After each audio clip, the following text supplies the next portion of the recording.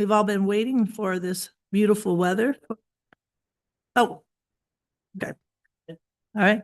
We've all been waiting for this beautiful weather for our outdoor gardening, hikes, and our wonderful Wildwood parks, and for our ribbon cutting ceremony this weekend for our long-awaited Village Green. Yes, finally, the Village Green area is ready to be shared with the citizens of Wildwood. What a great accomplishment. This week, we interviewed multiple potential youth commissioners. They all impressed us with how smart and enthusiastic they all were and the way they presented themselves during their interviews. Myself, our Vice President Steve, and Robin and Melanie were there interviewing them, and it was very difficult to decide on one of these bright teenagers to be our youth commissioner. However, I believe our choice was made, and we will discuss that later in our meeting. As usual, we have many items on tonight's agenda. We always do our best to finalize our old business and get the wheels turning on our new business. So with that being said, let's start with our Pledge of Allegiance, led tonight by Commissioner Diana Schofield. I pledge allegiance to the flag of the United States of America, to the republic for which it stands, one nation, under God, indivisible, liberty, justice. Thank you, Diane. All right, Robin, if you'd like to do roll call. Yes, Secretary Hunzick. Vice Chair Larson. Present.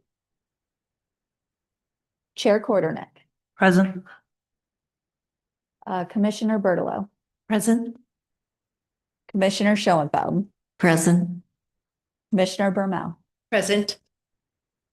Alternate Lavaz is not with us. Alternate Chair is not with us. Council Member Liaison Mabry. Present. Council Member Liaison Rambo is not with us. HBC Advisor Scott. Present. Youth Commissioner Raghuraman is not with us currently, but I do believe he'll be here just a little late. And Commissioner Bohr. Here. And our Wildwood Historical Society Liaison Von Gruben. Here. All right, Madam Chair, we do have quorum. All right, very good. If there's no objection or comment on the minutes from last month, we will go ahead and approve those minutes. And do we have any public comment online or in the audience? Madam Chair, I do have one individual online. If that individual would like to make comment, please use the raised hand feature. And I know we do have a couple individuals in the audience. All right, Madam Chair, I don't believe we have comment. All right. We'd like to move on to the news and updates from the Wildwood Historical Society. Bill? Hi, everyone. But lots of very quick things because it's been a very exciting month. First is just kind of a piece of fun, but with a philosophy statement built in. In a couple of weeks, I will have known my husband for 56 years. By Memorial Day, I would have met, on that Sunday, I met the entire town of Grover in the field between the Von Grubens and the Kelps. That was an experience that I will never live down because I was the city girl from Glendale and a college student, and I just wasn't part of Grover. I'm still considered a newbie. It doesn't matter how long you're here, unless you're here for a really long time, you're a newbie. So as a historian, one of the interesting things is to really explore the families that are here now. And then it's intriguing to look at how many families have been here for longer than 50 years, longer than 100 years, longer than 150 years. There are some family traces to over 200 years here. And so that is just intriguing to me, of the people who have had the grit and the guts to be here under unbelievable odds and to stay here. And their descendants are here and here and here and here. Now, economies change, things change, descendants do move away. It's in the last generation. But a lot of those families, they didn't move very far.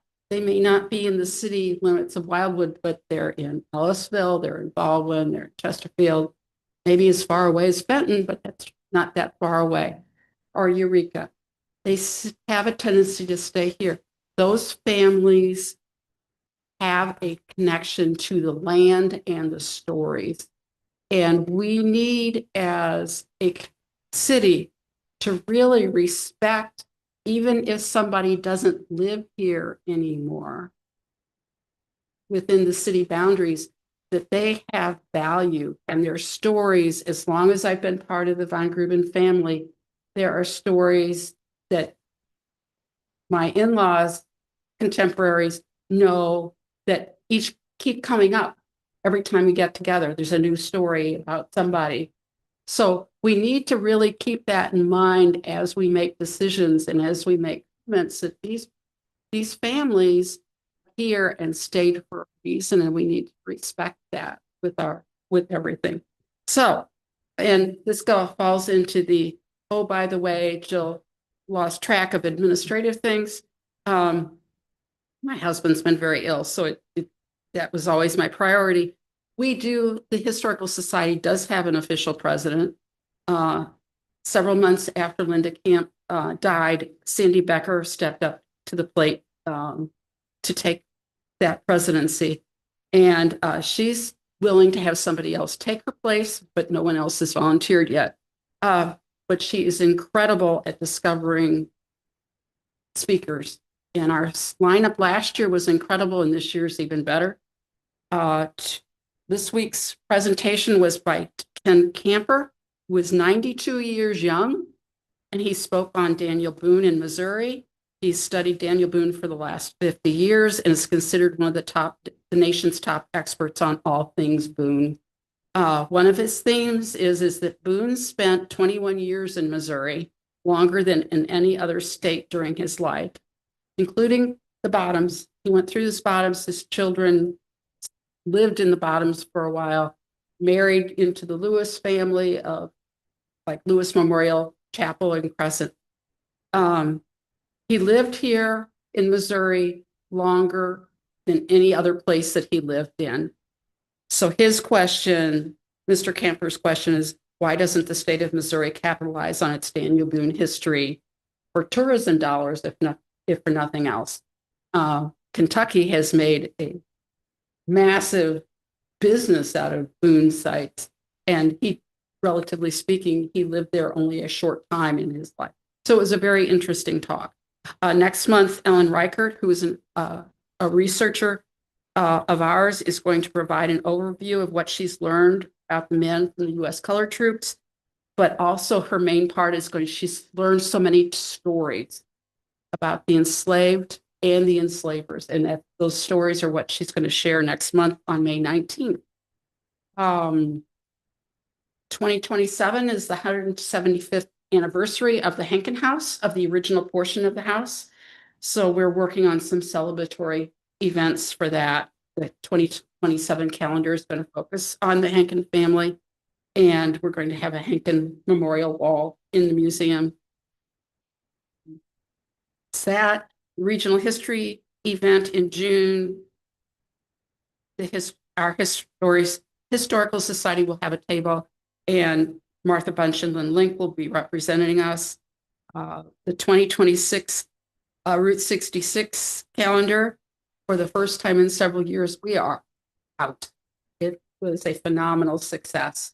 So I'm glad that we were able to share that information with you all, and that we share it we re-share it in the newsletter every month with the new picture of the month. We had a large tour yesterday, and the lead came from PR about Route 66. The Route 66 magazine, thank you for ordering more, and that the Historical Society gets there. At our presentation on Tuesday night, I kind of did an intro about us and memberships and showed the importance of, interlinking. And I had people kind of like pretend fighting me for this one copy. So we really appreciate having more. And just the fun personal thing, the HPC page and the Gazette that came out that were mailed to people's homes. David and I have gotten a lot of texts and phone calls and positive remarks about our picture and the article that was written, I think. Thank you. Hi, thank you, Jill. All right, we're going to move on to old business. We have some public hearings to go over tonight. So I'd like to read a little something about that before we start. Ladies and gentlemen, I'd like to welcome you to tonight's public hearings being held by the City of Wildwood's Historic Preservation Commission on requests submitted by Tim Shockley and Randy Mulcahy, which are to consider the placement of certain historic assets, a Horseman log cabin and Rosenbaum barn on the city's historic register. We are committed to a transparent process and encouragement of public comment during our meetings. We will be accepting public comments in person with completed speakers cards handed to Planner Keefe or online using the raised hand feature. You can raise your hand at any time and we will recognize you as we get to the public participation portion of the agenda for this case. Planner Robin Keefe will be moderating the hybrid meeting and will be asked to provide names of those individuals that wish to speak, either by speaker card or hands that are raised. The commission members appreciate your attendance tonight and look forward to your participation in these hearings. My name is Debbie Kornick. I'm the chair of the commission and will conduct the hearings tonight. I would like to introduce the other members of the Historic Preservation Commission who are present. These members are Steve Larson, Vice Chair, Kurt Hensick, Secretary, Jeannie Bermel, Diana Sherfield, Angela Burlow, Aishi, who is our youth commissioner. Barry Rahman, you are here. Our other youth commissioner, Donald Lavath, commission alternate, Bob Mabry, commission member liaison. Rob Rambow is not currently here. He is also a member liaison. Steve Scott, commission advisor. Jill Von Gruben, Wildwood Historic Society liaison. I would like to now go over the procedures for tonight's hearings. The intent of tonight's hearings is to obtain information and comments on the placements of the historic assets, the Horseman log cabin and Rosenbaum barn on the City of Wildwood's historic registry. To achieve this end, the following procedures will be followed for each application. Number one, the representative for the Department of Planning will be called forward to provide an opening comment remarks about the petition. Number two, commission members may provide comments to or ask questions of the department personnel at the conclusion of the presentation. Number three, the petitioner will be called forward to present the request. And number four, commission members may provide comments to or ask questions of the petitioner at the conclusion of the presentation. Number five, comments are solicited from public in attendance, both in favor or with concern. Again, please raise your hand or use the speaker card and give that to Planner Keefe in person. Or, as I said, raise your hand on the online. Each speaker is limited to no more than 5 minutes. The time limit is intended to ensure all speakers have time to participate. Number six, commission members may provide comments to or ask questions of each speaker at the conclusion of their statements. And number seven, concluding remarks may be made by the chair, myself, and the hearing is then closed. The Historic Preservation Commission appreciates your cooperation in this process. It is important to note the commission will not make any decisions tonight. Reports will be developed by the Department of Planning for the commission's review at its next meeting. Notification will be mailed by the city to all interested parties regarding the date of action of these reports. So if there are no questions, the Department of Planning will now read the first request into the record and begin the hearing. Thank you. Madam Chair, it does not appear that the applicant for our first public hearing case tonight is present. Therefore, the department would respectfully request to postpone to a future meeting, the first item on the public hearing agenda. All right. What about our second applicant? Chair, could you ask for a motion to postpone the matter to a future meeting? Obtain a second. We can do that by voice vote. All right, is this for Shockley? Correct. All right, The HR 126. all right. So item HR 1-26, Tim Shockley, TP Investments. Address 4981 Fox Creek Road, Wildwood, Missouri. With his non-appearance, we'd like to take a general election or a general vote on postponing it.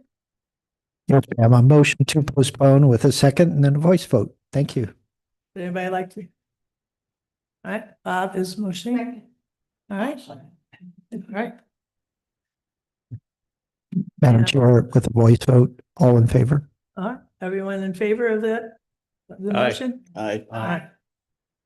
All right, we will postpone that till next month or, To a future meeting. okay, so we don't know for sure exactly when, all right. And what about HR 226?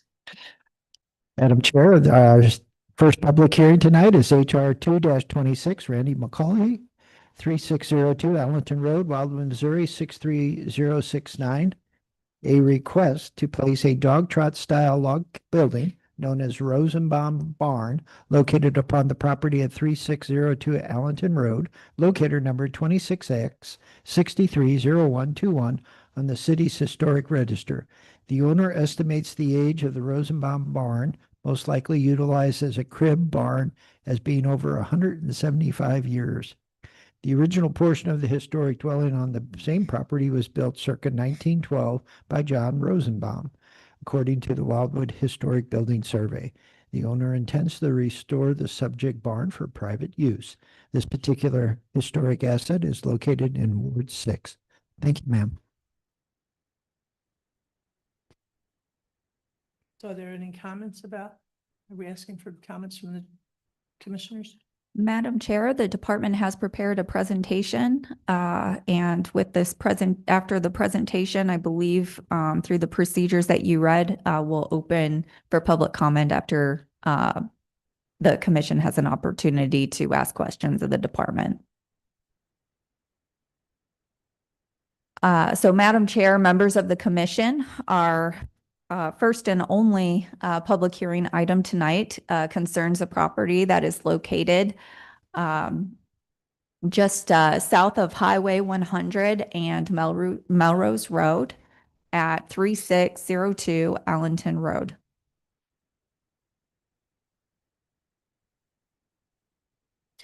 The Rosenbaum Barn is located on a historic property that has been inventoried by the city due to the age of the dwelling that is upon it, which is estimated to be circa 1912. The Rosenbaum Barn, a dog trot log structure, dates to the early settlement of the Rosenbaum family, who established a 117-acre farm along Allenton Road beginning in 1878. A dog trot building is a traditional 19th century form consisting of two enclosed log sections separated by an open central passage, which allowed for airflow and provided a shaded workspace. On the Rosenbaum property, the structure was likely used for agricultural purposes, such as storage, sheltering animals, or as a transitional work area. By around 1912, a newer frame house replaced an earlier residence destroyed by fire, while older outbuildings like the barn remained part of the homestead. So the subject of this evening's public hearing is the Rosenbaum Barn, which is an outbuilding to the historic dwelling on the property. To give you a little history of the Rosenbaum Farm, and I do want to give credit to the Wildwood Historical Society and specifically Jill Von Gruben, historian and archivist, for putting together a lovely report for us. And most of this is taken from that report. But here you can see pictured the historic dwelling, not the barn in question. and members of the Rosenbaum family. And you can probably see on this slide many names that you recognize, including the von Grubens, the Essens, Wardenberg. So many very historical or many families with very long roots in this area were part of this estate. Christian Rosenbaum, who is a liveryman for St. Louis, for a St. Louis-based lumber company, married Anna Marie Solthaus on April 24th of 1856, and in 1878 moved his family to this location where which he had purchased from an individual. There have been many owners of record for this property, again, starting with Mr. Christian Rosenbaum.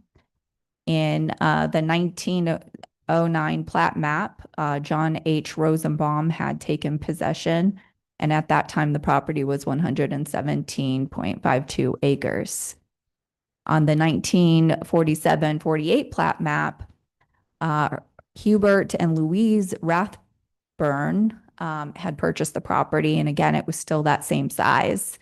In 1972, the land was subdivided by them and inherited by a niece. And after that, it looks like it was difficult to obtain the information, but the property ultimately was subdivided, which brings it to its current size today. One big event in the estate's history was a house fire. On Sunday morning, Emily was baking pies from freshly picked cherries, and the fire in the old wood burning range had the oven nice and hot. Suddenly, it was discovered that the roof was on fire. Sparks had landed in the wooden shingled roof. There was no fire department to fight the blaze, and the house was pretty much destroyed. Emily and John and their two very young daughters lived in a tent until another house was built on the existing foundation in 1909 or 1910. And some part of this house was likely built in 1912 when John Rosenbaum received a permit to construct a $500 frame dwelling on his property in this section. The stone-faced southern section was added between 2006 and 2008.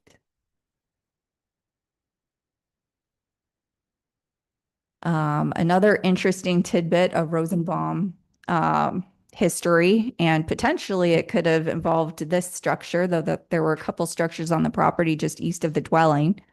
But it turns out that one of those structures was used as a little store by Hugo Rosenbaum. And apparently he was quite the character. So you can read about Hugo in your reports. So the subject of our discussion this evening involves this barn structure. The Department of Planning did have a chance to visit the property and visit the site on December 15th, 2021. And these are pictures from that site visit. And right now we're standing inside the barn structure.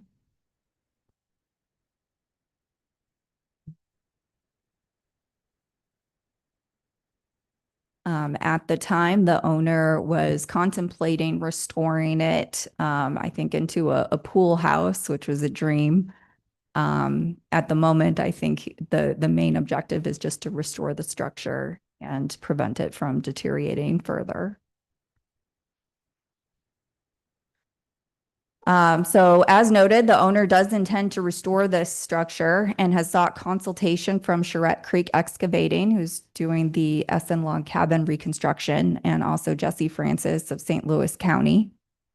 By designating the asset to the Wildwood Historic Register, the owner can utilize the building code for historic buildings in his restoration project, which would certainly help, and as we know from doing the Essen Log Cabin reconstruction.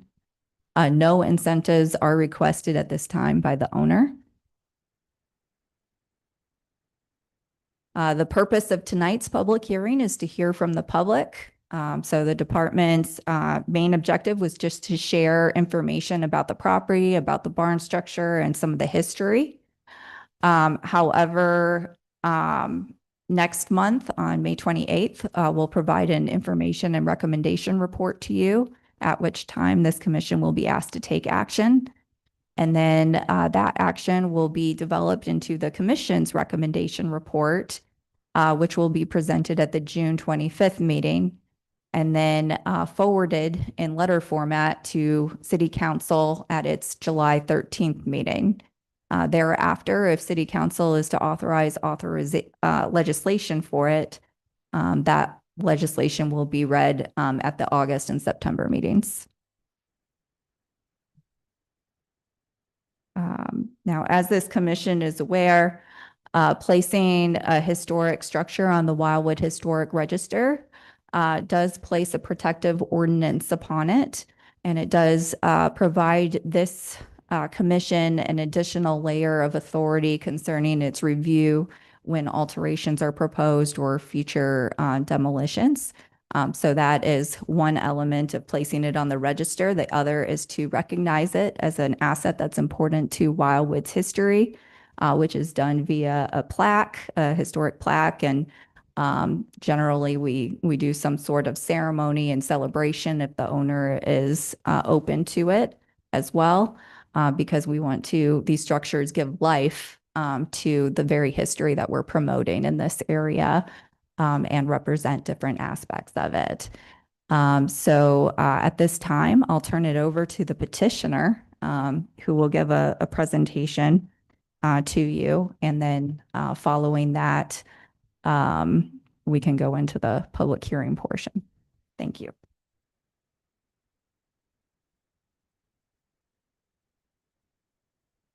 I really hadn't planned on saying anything. I will say there's a couple of things that are maybe a little wrong. The cemetery dates back into the 1860s. Daughter is buried there, born in 1862 and died in 1867. So the Rosenbaums, I believe, were maybe there prior to that. The picture you saw of the house is actually the house that is still there. The roof burned off of the house, not the house didn't burn down. And so they rebuilt the house as a story and a half as opposed to a two-story, as it were. I've been contemplating doing this for years and finally in the financial position to try to do that before it deteriorates. It's in really good shape now. It doesn't look so good in some of those pictures because it's surrounded by lumber that was later used to protect it. So I only ask for approval so that I can move forward with trying to save it without having to go through St. Louis County's building codes, and which is a kind of a nightmare. So I'm open to any questions. I don't know what else to say about it. I did see that it said that the property had been subdivided, the 117 acres. So is that all still one area? No, so initially the Rathmans subdivided the west side of Allenton Road into Rathman Hills. And I think that consisted of, well, I bought 54 acres with a friend of mine in 1994. And we subdivided that into 3 lots. I built a house for him on Moss Hill Lane and another house to the south of me. So presently the lot size is 25 acres. With the house and the barn. With the house and the barn, Mhm. right. Well, the barn is probably 100 yards behind the house. It's visible from Allenton Road for sure.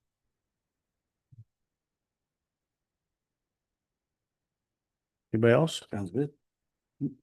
Chair Gordon, I have a question.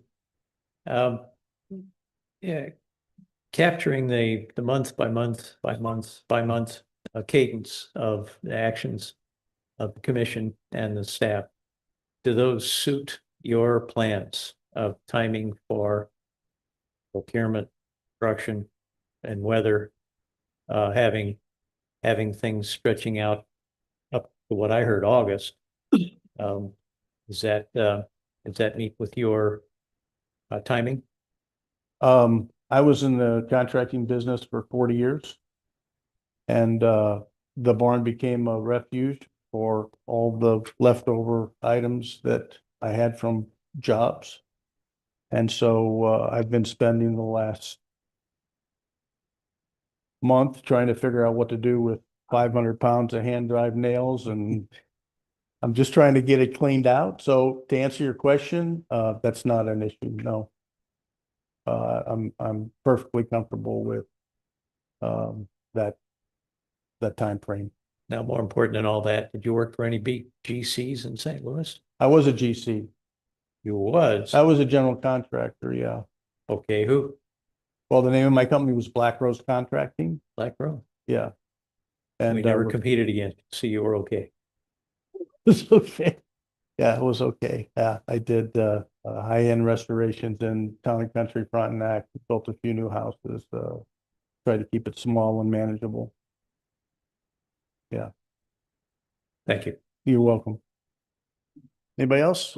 So, Mr. McCauley, I understand that what you're asking this commission for is permission for you to restore historic asset for your personal use, for your family use, and for just future prosperity.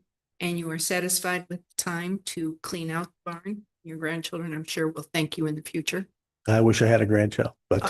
Family in general. So I actually see no reason why anyone would oppose your request. Well, thank So, you. Yeah, thank you. Thank you.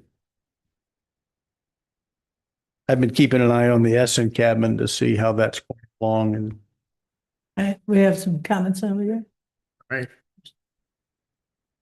I think I am so pleased with this opportunity because there are numerous historic barns in Wildwood that should be saved. And if we can do this and get the word out, I'm thinking of, well, there's just one that at the other Hankin farm on Hankin Road, that old barn is, and these barns, unlike their house or our house that have some insides that's been covered up, these barns are pretty much the way they were built. They're great to keep them that way.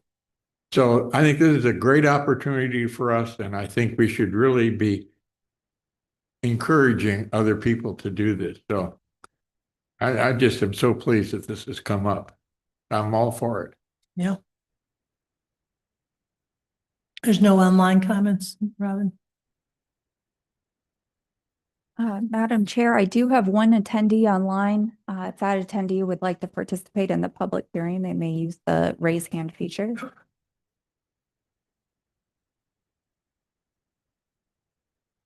I do not see a raised hand. All right, thank you. Any other comments? I just have a question to clarify. So we're being asked for the request to put it on the historic register, not the request to repair. no. So the whole issue is that being in the industry, I know what building codes are. And I know that restoring a barn is not really in line with present building codes. And so to make that process easier, being designated on the historic preservation will enable me to do things that I wouldn't normally have to do in a building process.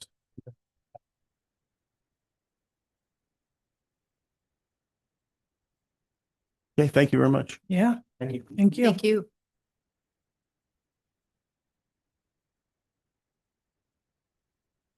All right, where are we at, Sabrina?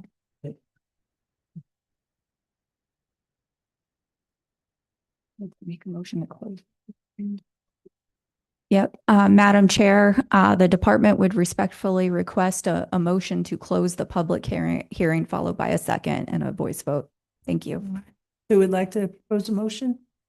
Make a motion that we, for closure of the public hearing. All right, second? All right, Angela, seconds. Everybody in favor? Good.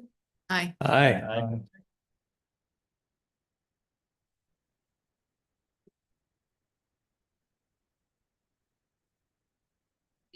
Thank you, ma'am. Are we going to move on to ready for action? Madam Chair, with your permission, I'll begin. Yes, thank you. Madam Chair and members of the commission, as you know, at our last meeting, a milestone was reached when the commission voted unanimously to endorse the final draft of the plan, the historic preservation plan that had been in preparation for approximately 1 year. Before I go into the timeline in association with its next steps, I do want to thank several people. First, MIG and their team. Obviously, I think MIG did a wonderful job, not only on the front end, getting public input and bringing the community together, but I think the final document really is representative of what the commission had requested and endorsed. Secondly, I'd like to extend my appreciation to Ms. Keefe. Obviously, the Department of Planning is very busy at times, but Ms. Keefe stayed on course and got us to the point where we'll be able to obtain our grant funding through SHPO because we've met timeframes. And then finally, to each of you for participating. In terms of the process from this point, the department has identified it in the memorandum prepared for this agenda item. A public hearing will be held before the Planning and Zoning Commission on June 1st. That is the first step in adopting the plan. A letter of recommendation will be prepared for the Planning and Zoning Commission for its July 6th meeting, right after the 4th of July holiday. The department is going to respectfully request the Planning and Zoning Commission forego its intermediary step, which is the information report from the department with recommendation, so we can go right to the final action. Typically, that is not something we do, but in this particular case, the Planning and Zoning Commission has been kept aware of the process and certainly will be provided the plan well in advance of that hearing date on June 1st and when we request action on July 6th. Thereafter, it goes to City Council for a public hearing. If all goes well at the public hearing, which we anticipate on July 13th, their policy is to prepare legislation the same night as the public hearing. So the bill will be introduced for the action, and then all should be settled by August 3rd, and our task will be completed. If there are any questions regarding the process, Ms. Keefe and I'd be glad to answer them at this time. Yeah, thank you for all your efforts. As I say, I'm ancillary to it all, but I do appreciate the efforts on all of your parts.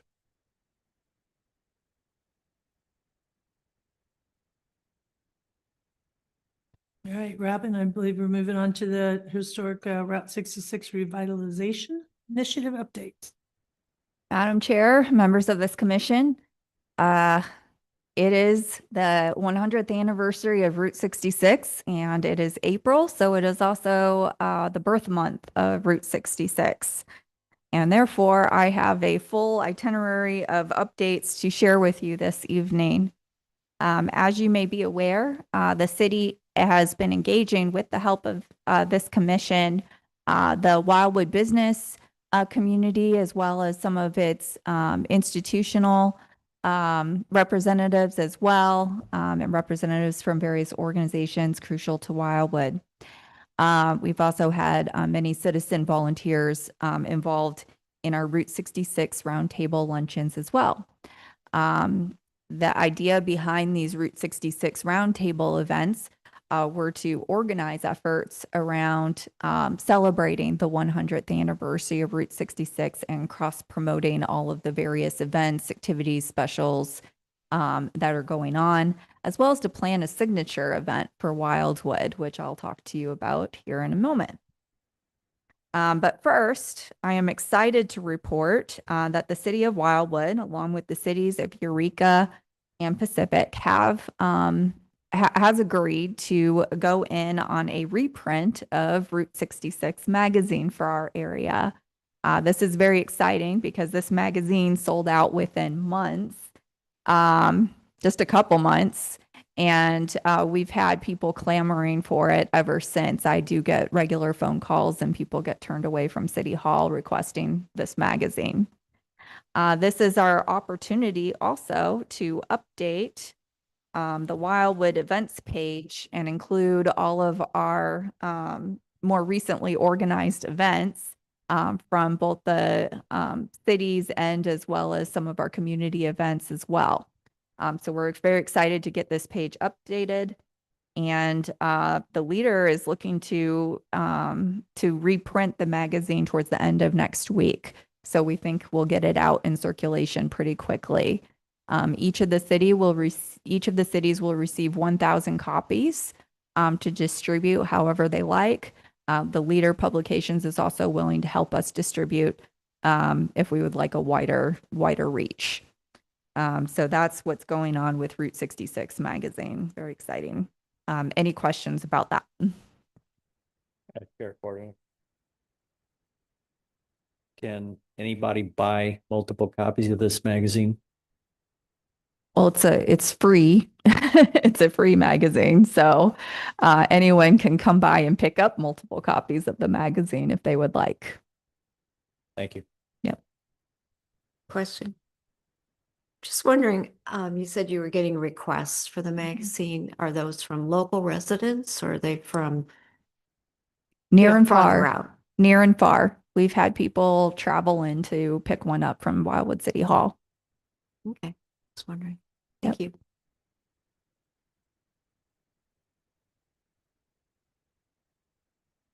I will say from Tuesday night's experience, I wasn't kidding about people saying, where can we get it? I said, there aren't any more. We want your copy. No. Yes.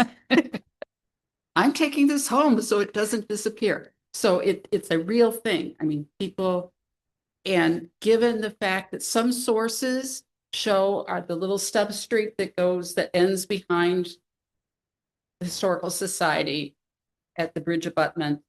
So it goes past Stovall and comes back up by us. Some sources say that's part of Route 66. We know it was originally part of the 1820s mother road, so to speak, from St. Louis to the new city of Jefferson City. We know that for sure. And so people will drop by, not contacting us or anything because they want a picture of themselves next to the bridge abutment. So it's for people who are really into Route 66, they will go near and far and crazy. So Dave's fifth cousin in Germany several years ago brought his friend over. They went and flew into Chicago, bought 2 motorcycles and motorcycle, stopped here, spent a couple days looking at things that were von Gruben in Wildwood, and then went on to Arizona. So these people are really devoted. We could use other adjectives, but devoted would be passionate, might be another word for it. So it's a good thing, and that we've been able to have the opportunity to have more printed is a stupendous opportunity for everybody, I think. I'd like to just add that I'm in a couple Route 66 groups online, and I can't tell you, there's probably dozens or hundreds of people that have all talking about their trip this year for the 100th anniversary to go from, Chicago to LA. And it seems like every other post I see in some of these groups is somebody getting ready to go or just got back. And so, yeah, I think it's a big thing. It's huge. I mean, there's a lot of devoted people out there. And Commissioner Larson, I would thank you also for all the promotion that you're doing to those groups, because I see you on social media. I can see where you're sharing things. I've done a few. Yeah, I did Yeah. share the stuff. Right. I appreciate that. Sure. So Commissioner Larson's been sharing the Wildwoods events, event webpage and information to these groups. So word's getting out. So thank you. I think most of the folks that are familiar with Route 66, not most, maybe some or a lot, don't realize that the original configuration went through here, because if they come through the primary, where it was for most of the years, it would go down through Watson Road and out through 44, and they wouldn't even get near Wildwood. So trying to I always try to emphasize that whenever I'm talking with somebody that, hey, come this way, because we are part of the original route. Right. We have a question here back in the third. Yes, sir. Because I came to the wall. Or I just found out of fully exposed all the way back. Great.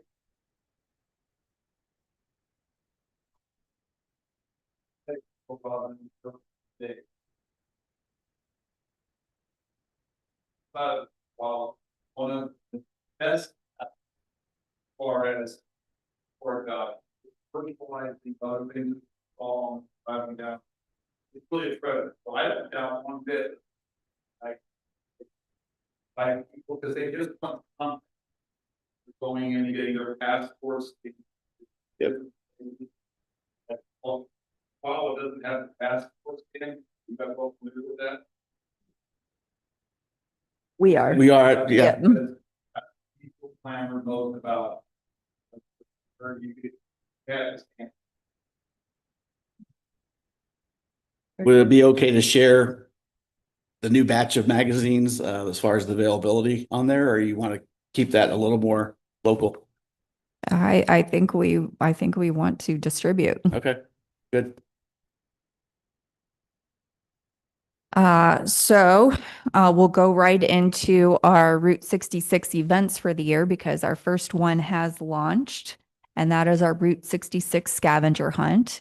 I checked today, we have 65 registered for the hunt, and I'm just now finding space in my schedule now that I'm getting past the HPC meeting. So I'm hoping, if not tomorrow, on Monday morning, I'll make sure to advertise our hunt on some of the more regional calendars as well. So I'm hoping to broaden our reach with our scavenger hunt. But I'm very pleased to already have 65 registered because we've only had it out going for one weekend. So that's pretty good. I've also gotten emails from people who have done it, and they were very complimentary. They said it was a lot of fun, and they enjoyed it. We have had a little bit of issues, I think more with the Androids. The app has some glitches with the Android phones. So we're directing them to our administrative assistant, Dawn, who is generally very good at troubleshooting those things with people. So if you do hear that the app's not working, they probably have an Android phone and there's ways to resolve it. It just involves, shutting down the phone and restarting the app, that kind of thing. Within the app, we have linked the community's Route 66 anniversary website with all the business specials and the events. And we've encouraged people to take advantage of those specials as part of the hunt as well in order to finally earn that free t-shirt. So we've had a few people come in to redeem, and our t-shirts are going fast. So we're probably going to reorder some. Any questions about the scavenger hunt? Okay. Next, we have finally settled on our big July event. We're calling it Route 66 Cruise, Tunes, and Taste Wildwood. We have a fun logo. The second Route 66 roundtable settled on those dates at our last meeting. And part of that was the city already had a Music on Main pop-up concert devoted to Route 66 planned for Friday, July 17th. So we thought that concert would be a great way to kick off a weekend of festivities. That concert will have Route 66 themed food, music, and entertainment. It'll be a chance for some tenting, possibly the history tent. On Saturday, we're planning a corridor-wide celebration. So several nodes of activity, car shows at each of those nodes, tenting, live music, activities from different businesses, specials, just you name it. We're looking for community-wide participation on that day. And then on Sunday, we'll wind things down. We're hoping to have our historic marker by then. It sounds like it's still doable.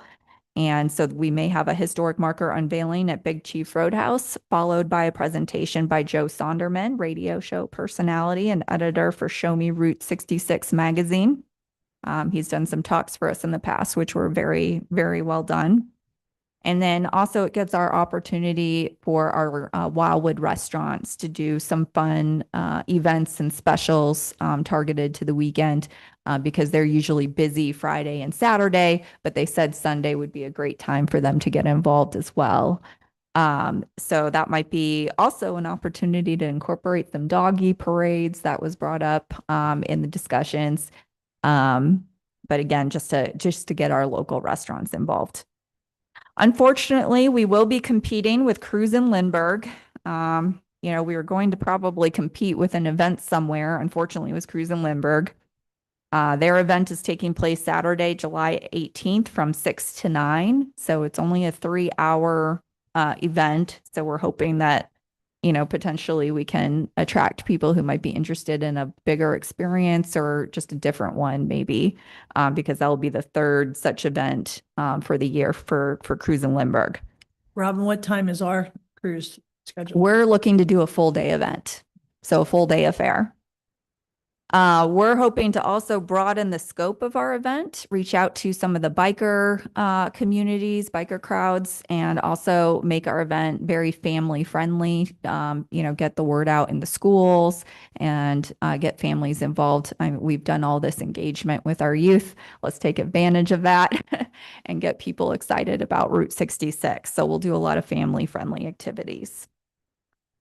We've developed this fun flyer for our full itinerary for the year. The flyer really sells the whole support local component.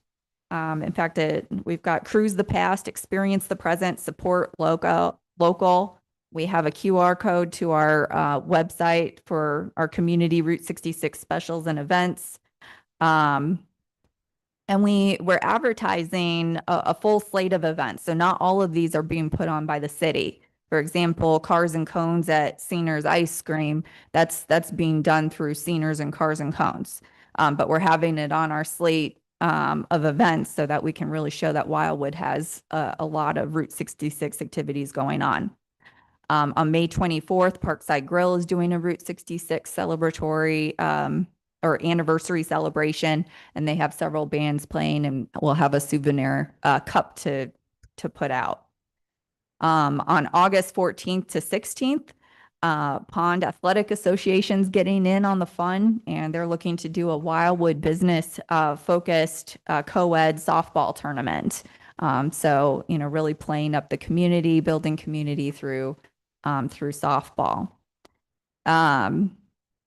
And the rest of these, I think, will be more on us. Outdoor movie night with Cars 2. We'll be partnering with the cities of Eureka and Pacific to do a series of Cars movie nights. And ours will be hosted at the back to school party in August. And then on October, we're planning on our usual October fun. I think we're going to have another haunted mini train. The Shivering Shadows 7K run at night on Zombie Road. And we're also looking at exploring maybe having Zombie Road open after dark on some of those nights so we can get the paranormal groups out here and involved. And I did speak, and I'll speak to this in a minute, but I spoke to the State Historical Society of Missouri, and they may be interested in doing a haunted Route 66 feature for Wildwood to air in October on Zombie Road. And so they'll be circling back to do some of that video and promotion at a later date. So word is getting out. We have a lot happening here in Wildwood, and we now have this flyer. You know who else has this flyer? You do. I put it up. I gave several flyers to each of you. I ran out over here. So if you only got one flyer, that's why. There's more flyers on that back table.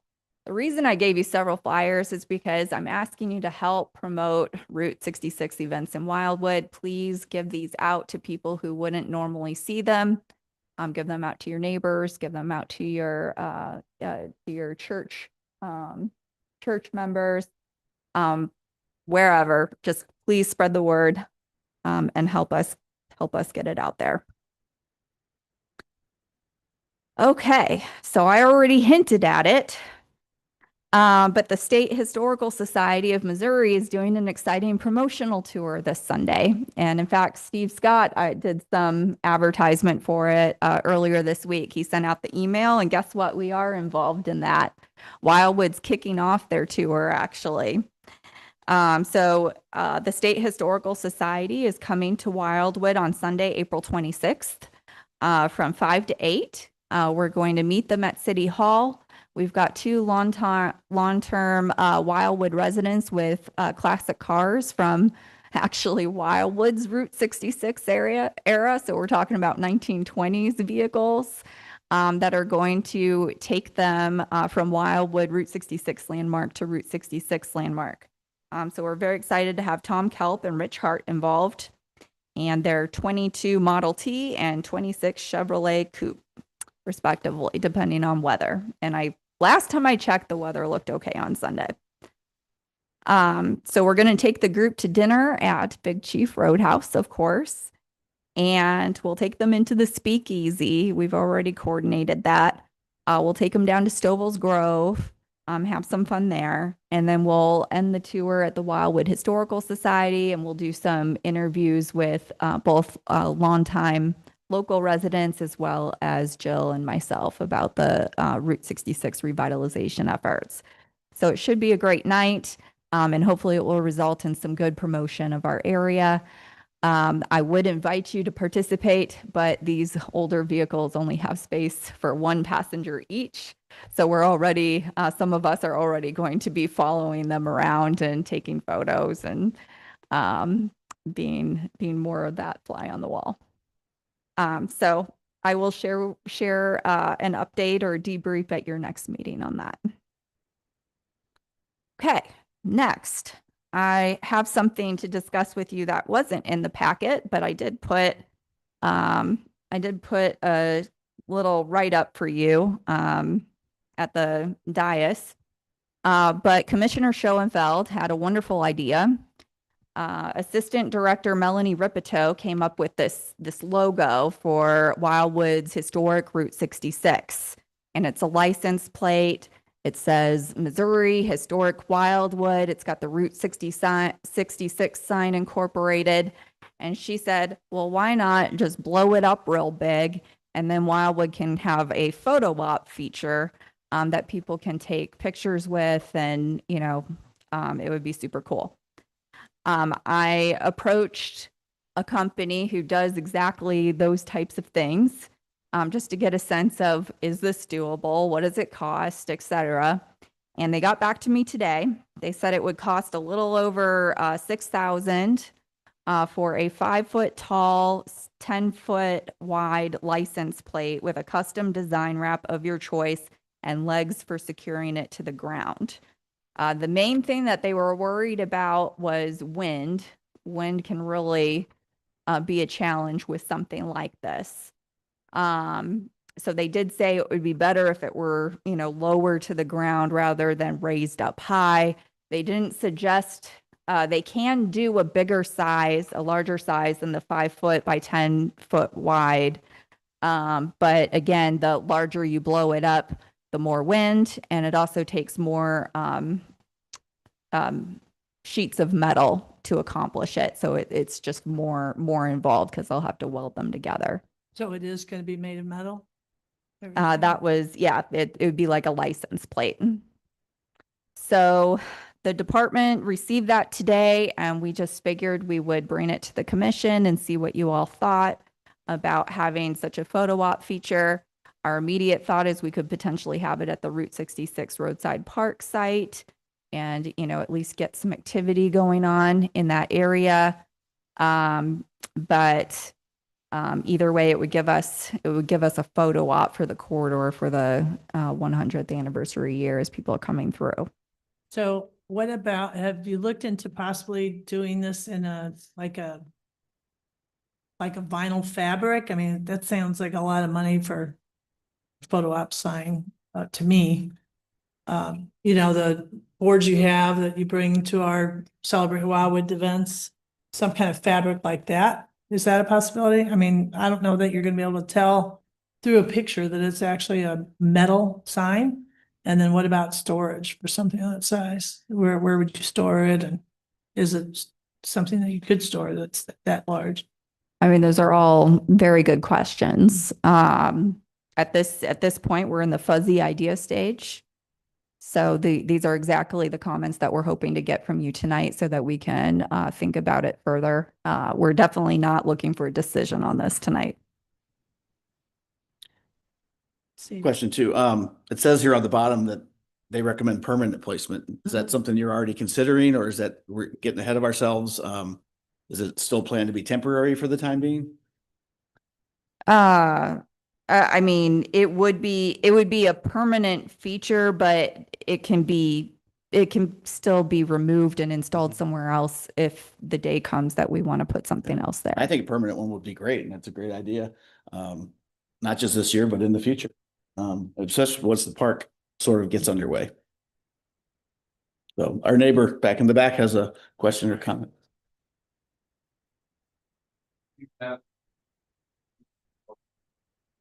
Or did people stop? What about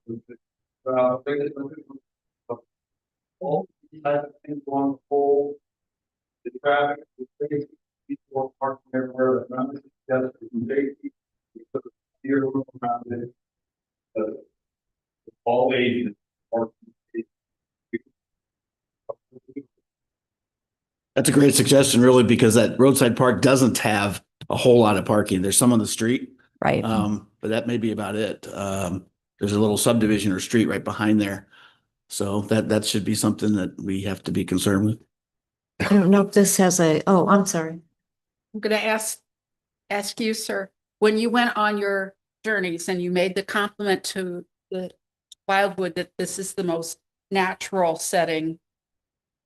If we had a sign out there, yes, it would attract people, but would it detract from the way you appreciate our stretch?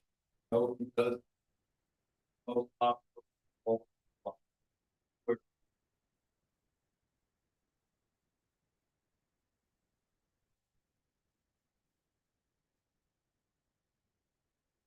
Diet. One.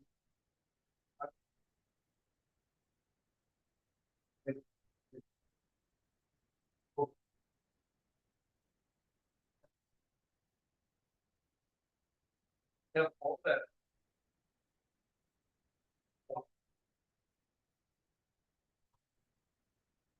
I would.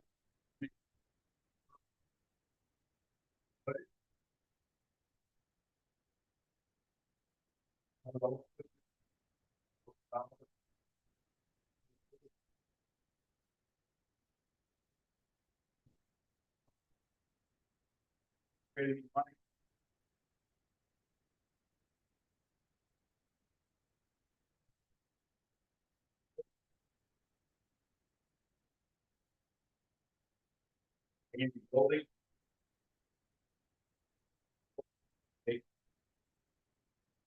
Right. Right.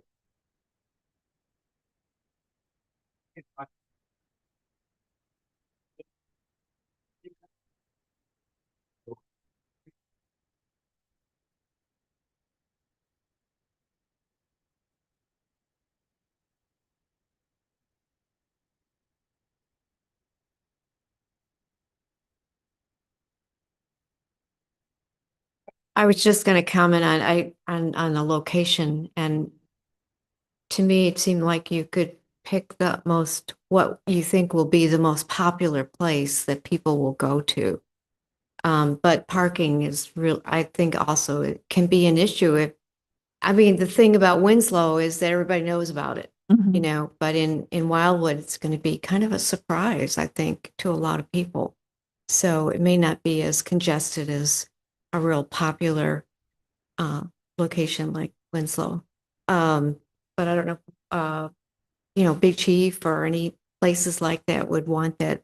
I mean, it would definitely bring in the people. So that's a good thing. I don't know if there's any other location besides the park that you were thinking of, or even back here. No. in the Village Green. Yeah, but that would be very, I would think would be very local, that people would go to that. And then we could always move it when the park got created down here. Yeah. Mhm. My other comment is that from experience, the people who are going to be doing this are like passionate about following the road. So the people who really know Route 66 will understand that St. Louis probably has the most multiple routes. And but the real Route 66ers are going to find that original path, which will take right through Wildwood. So we need to, if the commission, the city chooses to put up a sign, which is great. Hey, safety is a big deal, so thank you for bringing that up. But we also need to have it, it would have to bring people to it. It would have to be on the original route. So the Village Green wouldn't work because they want the picture on the route. They don't want the picture a block away. That's not authentic.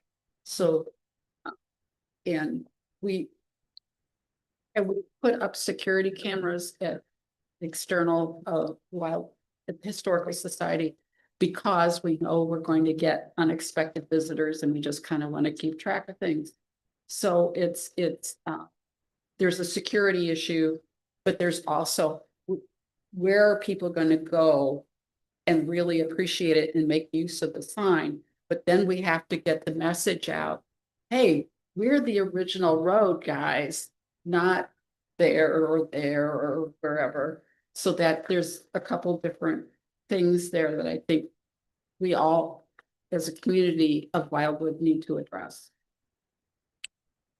Chair, if I may, I think Had the question in the bag, Joe? Saying, every time we stop from police, people ask us where we were from. Every person said they were so whatever the magazines are, I didn't go online at all. Person told me I could do it on my app. Mistake.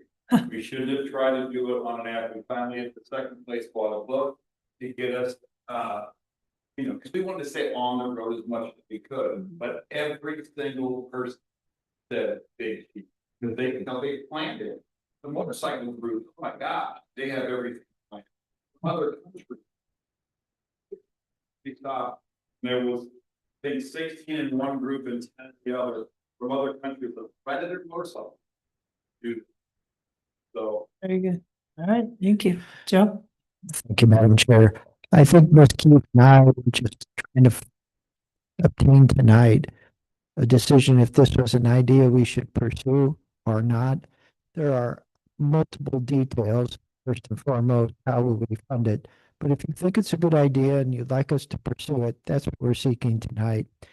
And I would ask, Madam Chair, if anyone speaks, could they come to the podium? We are on Zoom, and when you're not at the podium, anybody on Zoom can't hear, and it doesn't get recorded. All right. Thank you. For that.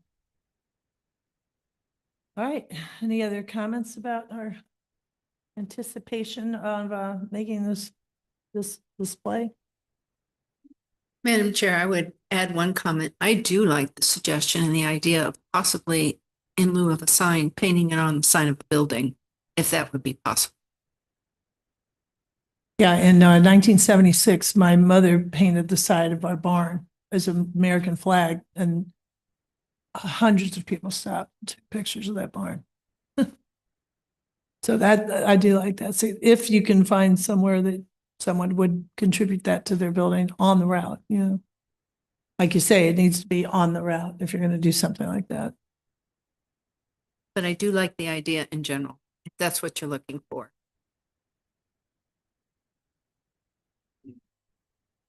Yes, please, if you're looking to direct us. I love the idea and I would recommend that we support their efforts to pursue this project because it's great visibility and it's a great idea. So I would make a motion that we support their efforts. And I'm sure Diane wants to second that. All in favor? Anyone, I anyone opposed? All right. We've got Thank you. All right. Finally, we have our discussion on the Route 66 historic marker. The department is working with Arch Engraving to make some of those updates to it that were discussed at a prior meeting before ordering it in time for our July event. Arch Engraving has assured me that they can get it to us earlier in July with the current timeline. However, they had a technical glitch this evening that affected their ability to give us some final drawings to look at. So the department is going to continue working with them to finalize the details. And in order to move ahead, because City Council has given its consent, this commission has endorsed. Once we have that final version, we could certainly send it out to you via email, but we aren't we may need to move forward on it before bringing it back to another meeting. So if the commission is okay with that, please let us know and we'll continue forward. Need a motion? Yes, please.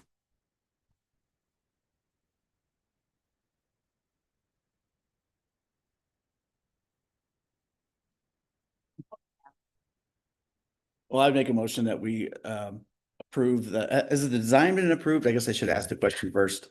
The design has been improved with a few tweaks. Okay. The department's working on refining those tweaks. That was namely adding a map key to the more localized map of Route 66, so you could see where it was in Wildwood.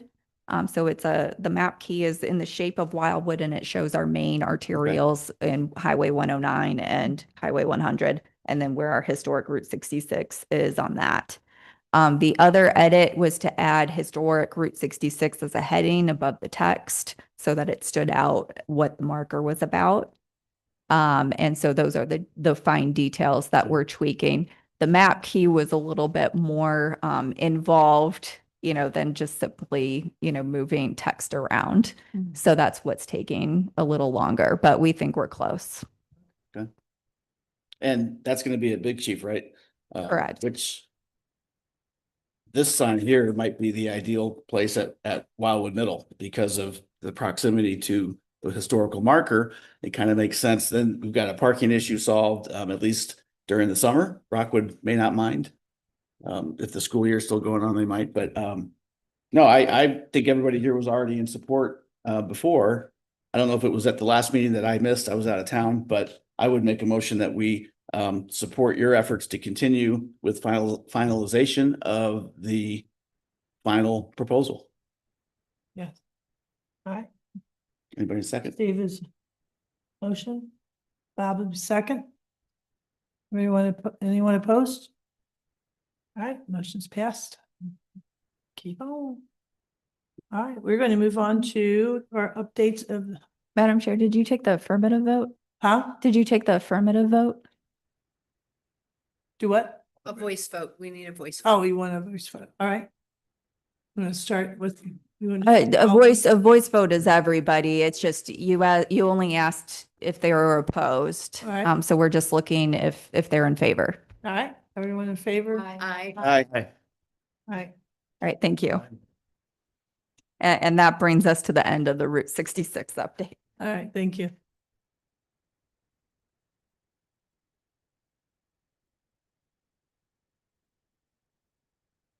All right, Madam Chair, members of this commission, our youth commissioners are both in their second terms, and last fall, they presented project updates to you. In the case of Commissioner Bohr, she presented us with a short video of Old Pond School, which was very nicely done and is now up on the city website and being promoted through various mediums. And then we also had Commissioner Raghuraman develop an app for our historic preservation efforts. So both of them are back this evening to present further updates to us, as well as any other life updates they might like to announce at this time. Thank you.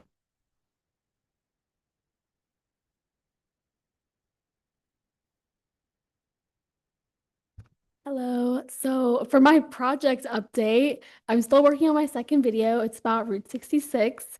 I'm about like halfway through, so hopefully it'll be done before the next meeting and I can show it to everyone. And I feel like since it's Route 66 is really fitted for like everything going on right now, so I'm really excited about it. And then a life update, I committed to college. I'm going to Carnegie Mellon, and I'm majoring in history and public policy. And I don't think I would have majored in history if it wasn't for this position and like everything I was exposed to. So I'm very thankful to that and all the opportunities it provided. And yeah, that's what I think. Good. Yeah.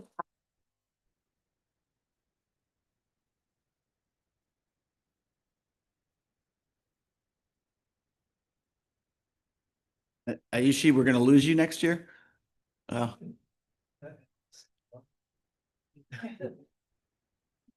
She's got bigger and better things.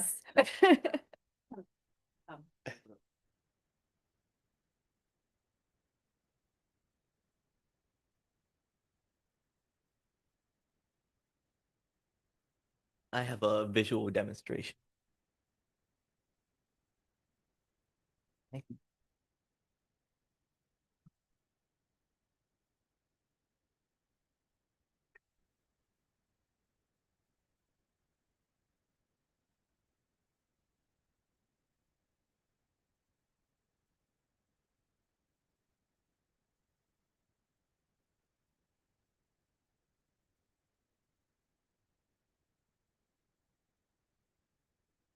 Okay.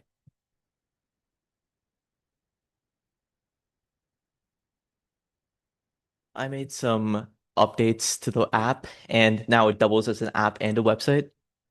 And this is the homepage here, City Wildwood Historic Preservation Commission, and all these buttons are functional. So you can actually like, if you click on them, you can go to all the historic markers. And so like we have Centaur, Fox Creek, Glencoe, so all these markers and the pictures. And if you click on them, you can get some more summaries and information about it. And I want to keep all the summaries pretty brief so that like anybody who's viewing it could just have like a brief idea of like what they're seeing and just like read about it and really get to know it. And on top of the home screen here, there's also the heritage trivia, which I'll get to later, and there's also a full agenda. And here's the separate tab for the agenda. So you can see we have a meeting, hearings, and they're all scheduled with dates, and you can see separate like categories, which are meetings, which are hearings, actions, and programs. And you have a full members listing here. And once we get some pictures, we can also put them up right here.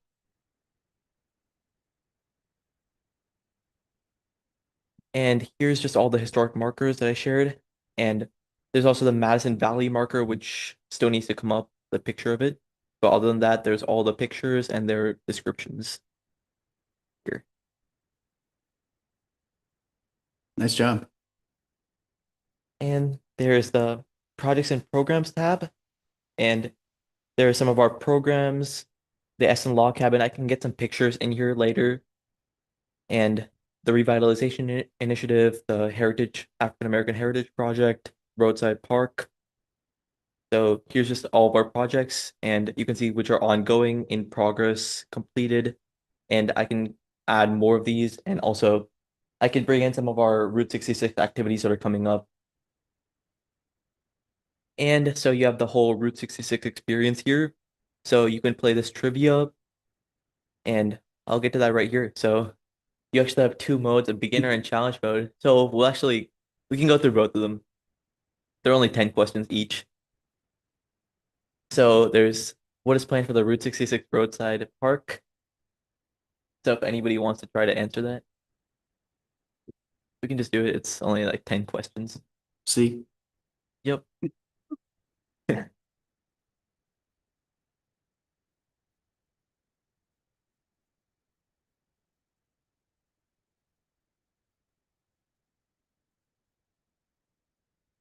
Oh, it's actually B Kent. Across the corner. Yeah.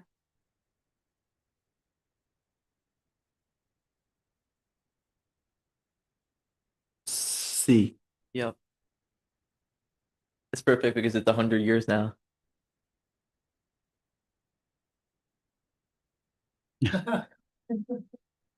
This is also a really like close, accurate question.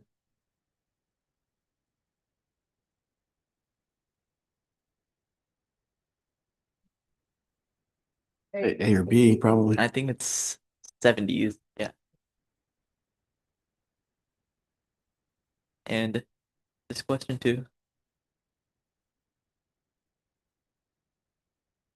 That would be B. Oh, it's yeah, I forgot this one. It's Monarch. Like, yeah. Merrimack? Yeah. I think I might have. Glencoe is Merrimack. I can fix the question. I think I have to review it. It's interesting.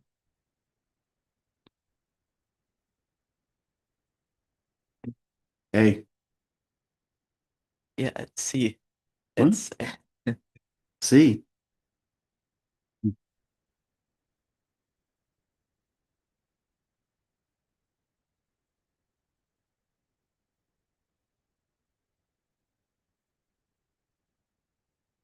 I guess B. C. Yeah. C. Are we not again? My glasses are red. We get certificates for it and everything. At least we caught you on the Merrimack River one. Oh, this is probably. Dolan. Yep. B. Yeah. C. Thanksgiving weekend, right? Oh yeah, this question was brought up already. Just skip past it.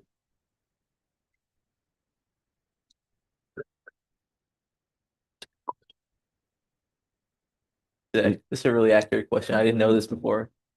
I'm gonna say C. It's actually B. B. No. We're halfway.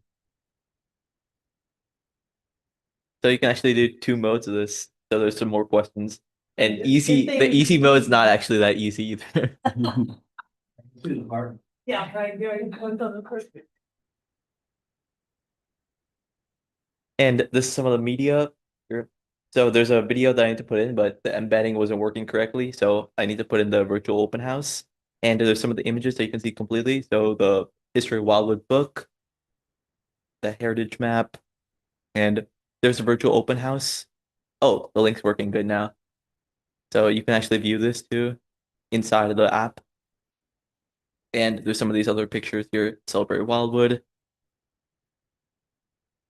And you have the historic register here. So just some information about it. And I probably need to like add some more information about this and some pictures. And yeah, so you also have the preservation plan. So after this is completely done, I can probably add the plan in here so you can view that through the app as well. And you have some of these key dates, milestones, and there's also the public engagement aspect. So I have a get involved tab where like people can attend a meeting, view virtually, apply as a youth member. I'm pretty sure I still need to link some of these. I need to I can link some of these to like the website and yeah. And there's also like an interactive map here. So you can actually so if you click on some of these marks, you can say like it'll say pond here, Monarch. So you have the communities here, or the interactive. Yeah, and you can scroll in and see like a whole view of our Wildwood community. And lastly, there's the contact us.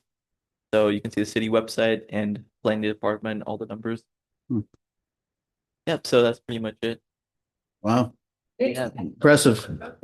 Very impressive. Hope you're gonna get some credit at school for doing all that work too. Oh, I also wanted to share something interesting. So I was in like our local Walgreens here, and I know we brought up Mr. Sonderman before, and I actually saw one of his books, like Route 66 in St. Louis. So I saw a picture of like Eureka High School in that book, and it was from like 1934 or something. So it was pretty interesting. Just wanted to share that. Thank you. All right, Yep. thank you. That's Thank you. Impressive. The one thing I would suggest, if you wouldn't mind, is maybe also linking up with the Historic Society and perhaps including a link to their website and on the Get Involved page. I can definitely do that. But very good job. I like the way you think in bullet points. Very organized. Thank you so much.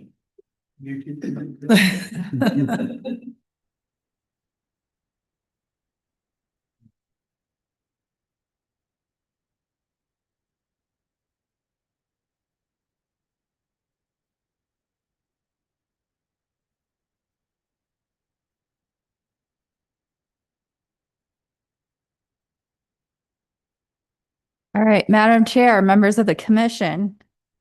Speaking of youth members, I think Chair Quarternick did a very nice job explaining our earlier task this week on Monday. As she said, we had 4 interview committee members, Chair Quarternick, Vice Chair Larson, myself, and our Assistant Director of Planning and Parks, Melanie Ripito, to interview 6 lovely candidates for the youth member position. These 6 were selected via a scoring criteria from 11 total applications that we received for just this one position. So it was a very tough and competitive process. And we did meet quite a few very talented and interesting candidates, I thought. And I would say the top, all 6 really that we interviewed were solid in terms of they would have brought a lot of value to the commission if they had been selected. But sadly, we could only choose one, and we did. And so the interview committee does recommend Colin Knight for the open youth member position. Colin will be entering the 12th grade at Eureka High School. He is originally from Albuquerque, New Mexico, but he moved to Wildwood in the 5th grade. Colin loves Spanish, politics, and history and participates in Model UN and Spanish Club. Colin has a particular passion for local government, given its decisions most directly affect people's lives. And when asked about his ideas for community outreach and engagement, and I think this really sold us, Colin proposed having the city host a Minecraft server and challenge the community to build or to reconstruct historic buildings and learn about their stories along the way. So I don't know if you're familiar with Minecraft, but it's a pretty, I personally haven't used it, but I've heard of it a lot as a planner because there's a lot you can do with it. You can reconstruct whole worlds with it. So I thought that was kind of fun. He was also thinking about our merchandise, and he specifically said that we should market Chromebook stickers. He said that nearly every student in the district had a Chromebook and that they were hugely popular. So maybe we should be marketing our Wildwood historic community stickers as Chromebook stickers. Finally, he proposed a social media campaign with TikTok videos and appeared ready to dance in them for us as well. So a very engaging character. In his application, Colin writes, although the city of Wildwood wasn't officially created until fall of 1995, it's important to consider the enduring and long history of the city. Having attended Wildwood Middle School, I took the school bus to school every day. On those sleepy mornings, I knew I was nearing the school when I saw we turned left at the intersection between Manchester and Pond Road. I was always intrigued by the buildings along the short road right before I started my school day, like Seabow's furniture store and the cozy barn-like structures littered near the road. I came to appreciate the calm, rural, and rustic nature of the strip. So he really seems to understand that historic preservation gives a lot of character to communities. So we're very excited to have Colin on board. He'll be with us for a short 1 year, but we did get the feeling that he was ready to hit the ground running. And that will allow us then to conduct a recruitment process for 2 open positions the following year. At this time, the interview committee is respectfully requesting an endorsement from this commission for our recommendation. And if this endorsement is obtained, the department will forward it to Wildwood City Council at its June meeting, where Mayor Garotano will make the appointment. Thank you. And just for your information, the other applicants who scored fairly high but didn't actually get proposed to be the commission member, we are going to ask them to come back and interview again next year when the two positions are open. So they'll have another opportunity if they so desire. Yeah. So if we want to take a motion to accept this nomination of this new youth commissioner, anybody want to nominate? I will so move that we accept the recommendation for the youth commissioner. And a second? I'll second. Can you second? All in favor?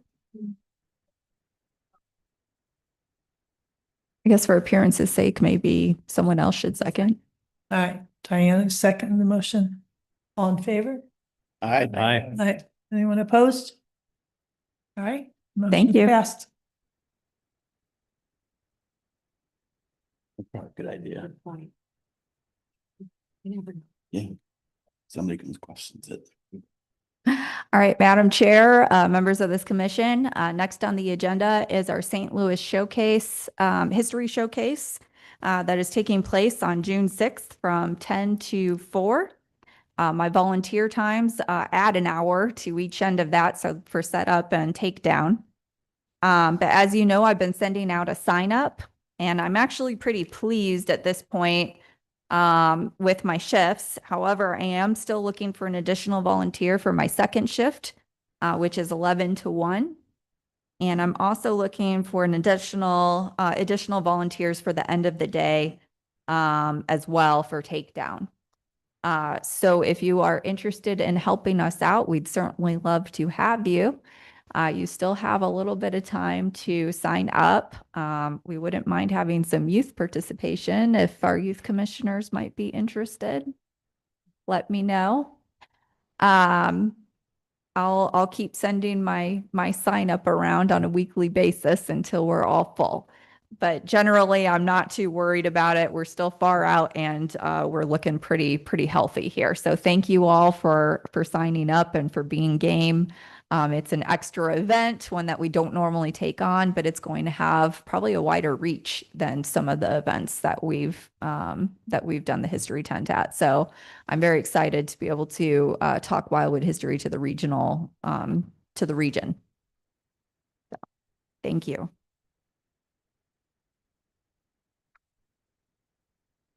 All right, we're going to move on to the work program update. All wards. Okay. Madam Chair, members of the commission, given the busy nature of the department's workload at the moment, I actually have a ton of updates to highlight in our work program.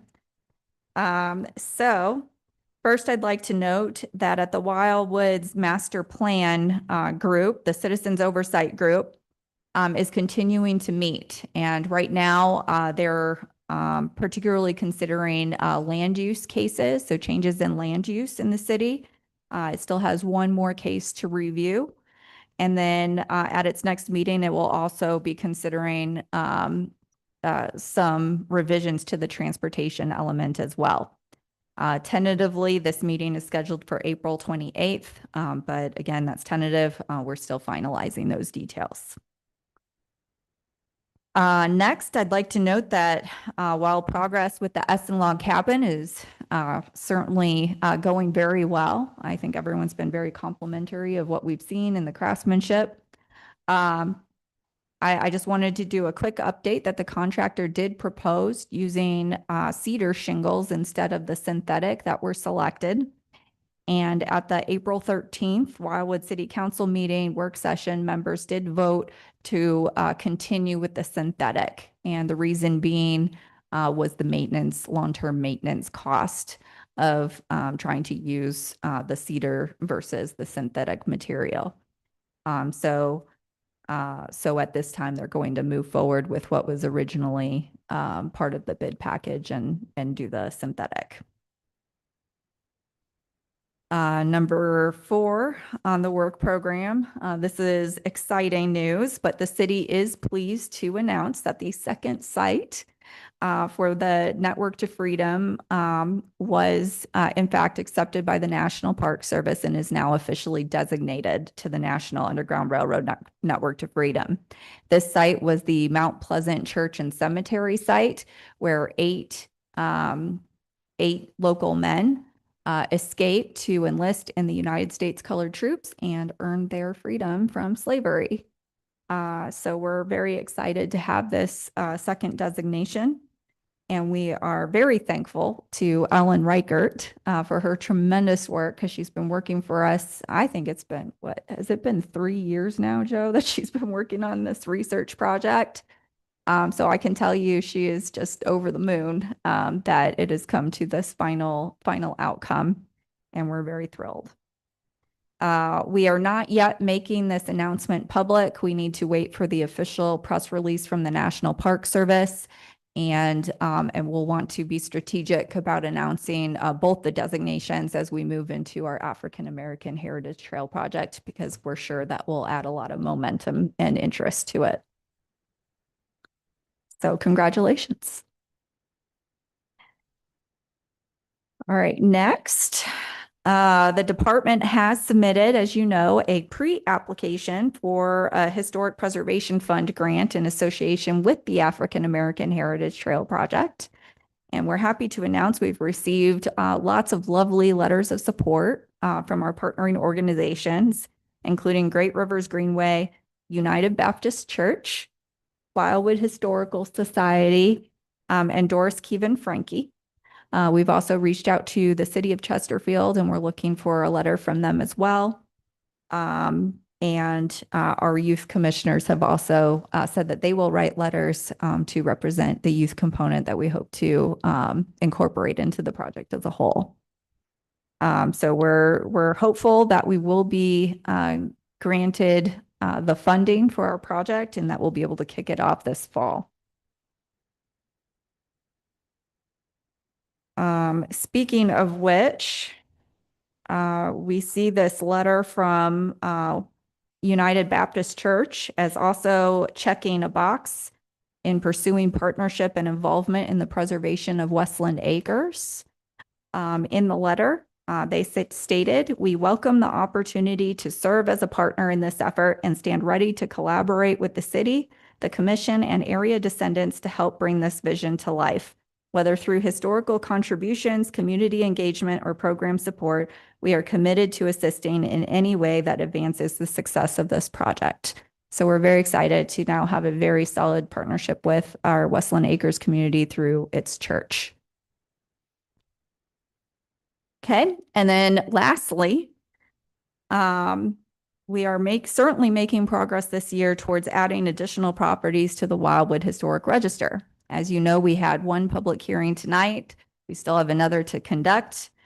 We actually are anticipating a few more, possibly 3 additional nominations are currently either under consideration or the department has received applications for their nomination.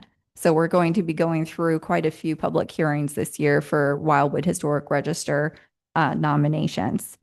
So we're very excited that word is getting out and that people want to place their historic properties on the register. At this time, the director is available for your questions if you should have them on any item on this word program. All right. Thank you. We have any? Yeah.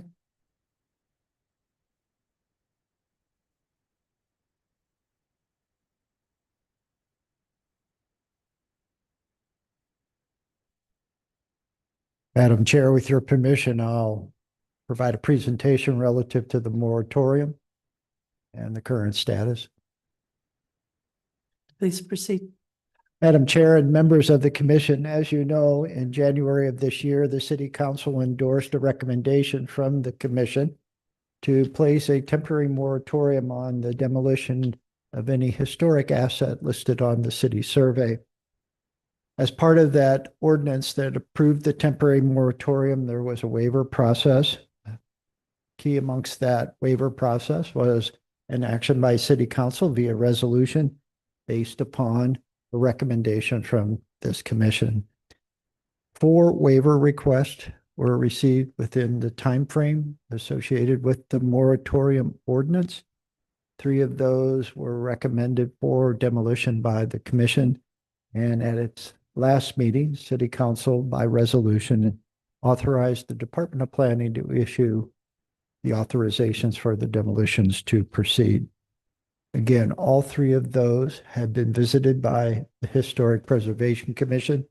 By formal action, authorized the removal, and ultimately a letter was prepared for each of them from the commission acknowledging such. Those again are Center Avenue, Wild Horse Creek Road, and Maple Avenue.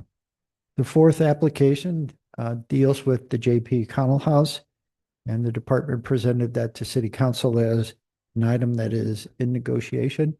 And ultimately, we hope we will be able to preserve it.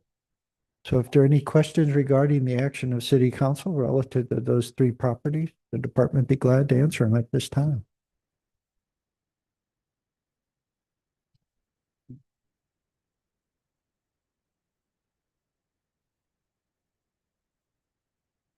Doesn't look like we have any comments. Madam Chair, with your permission, I'll kind of jump into the next item if you don't mind. Please do. Madam Chair and members of the commission, the next item relates to the J.P. Connell House. And as you know, this has been a subject of many discussions since the start of the new year. In those discussions, we've heard from the current property owner, Mr. Gruey, who is in attendance tonight. We've also heard from the Department of Planning relative to suggested incentive packages to bring to fruition the preservation of the asset. The incentive packages have been the key element in our discussions over the last couple of months. Suffice to say that incentive packages are difficult and oftentimes are counterintuitive to what many of us think the land use pattern should be in a particular area.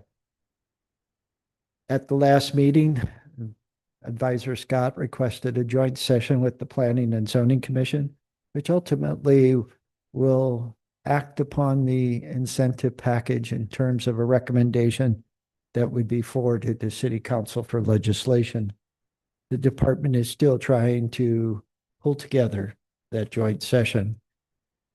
Obviously, with our master plan update and the busy schedules of the 8 citizen volunteers, as well as the city council member that acts as liaison and the mayor, it's difficult to pull together extra meetings at times. But we'll continue to try to. It was introduced to the Planning and Zoning Commission at their April meeting, and certainly they were willing to try as long as an agreeable date could be reached. However, time is not on our side. As witnessed by your site visit, the property continues to suffer from the elements, and those elements are continuing to be involved. And so tonight, the department has prepared the memorandum with 2 action items for your consideration. The first action item comes from an email received from Mr. Gruey a few weeks ago relative to the J.P. Connell House. That particular email suggested that the city enter into a short-term lease relative to the property and the asset, the J.P. Connell House, so as the city could assume the liability and provide indemnification relative to the asset. Secondly, the property owner noted that with the lease in place, that he, Mr. Gruey, would not object to us stabilizing the house as we work through the incentive package and the process that follows it if a favorable recommendation is granted. That would mean that the city would, for all intents and purposes, ensure that the asset, the house, doesn't leak and is not easily accessible to vandals. How that's achieved we've done this before. There's a property on Ridge Road that used to be a skilled care nursing facility. It was abandoned by the owners, became a very attractive nuisance over the years to a number of different groups of people. We continue to maintain that structure and ensure that it does not become a place where problems escalate to the point where someone is hurt or killed. So we know how to do it, and we've done it in the past. That is action one. Tonight, the department is requesting a favorable recommendation to take to City Council at its May meeting to prepare a lease agreement that would, for at least 6 months, allow the city to assume responsibility for the asset, and the second part of action one, to do the necessary steps to secure it while the discussion proceeds forward relative to a favorable incentive package to the property owner. The second action item is a repeat, so to speak, of the presentation from the department at the March meeting. And that includes the incentive package.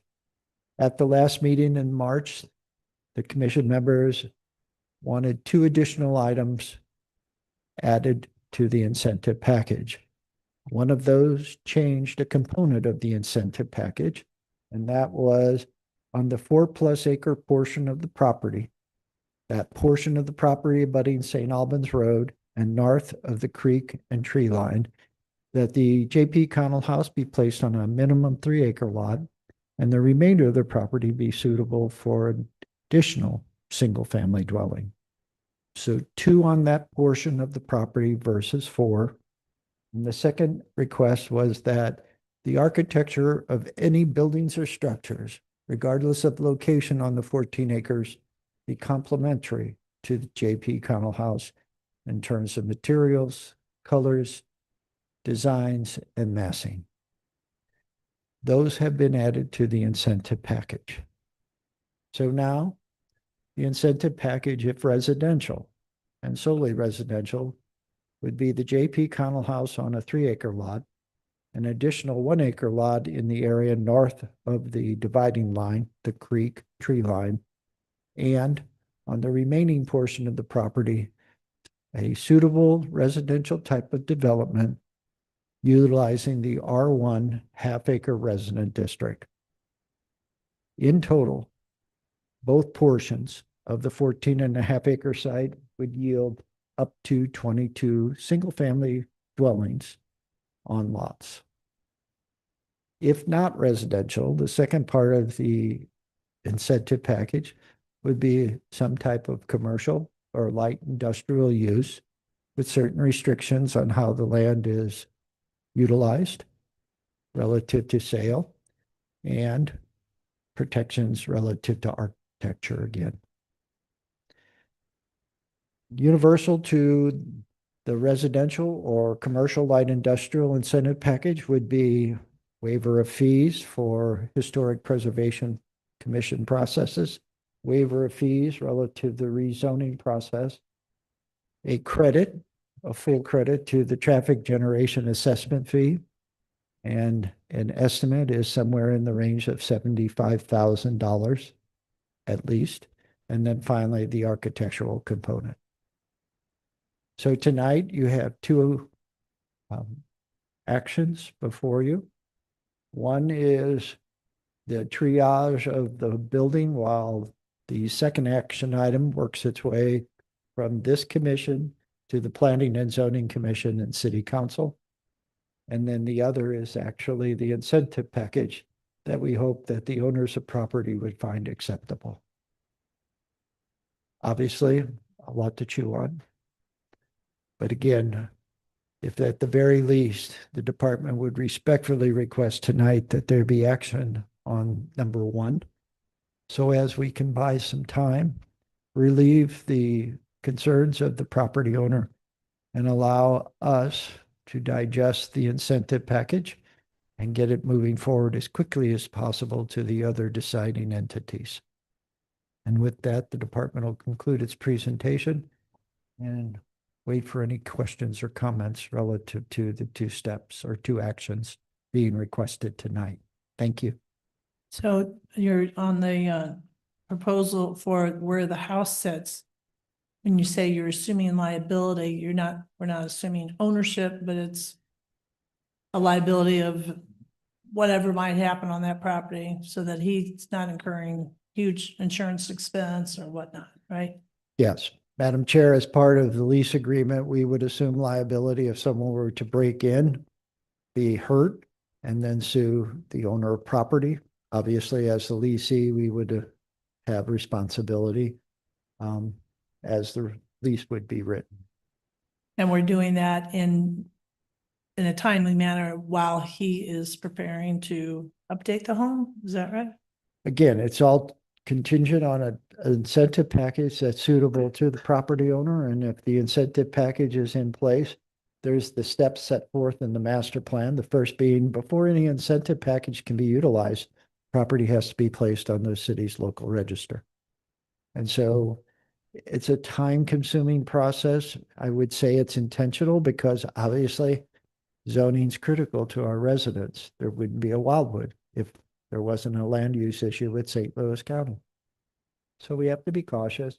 I've tried to explain that to Mr. Gruey, and I think he understands that, but he also understands the asset isn't getting any better as it sits vacant. And secondly, there are risks to him and to his family.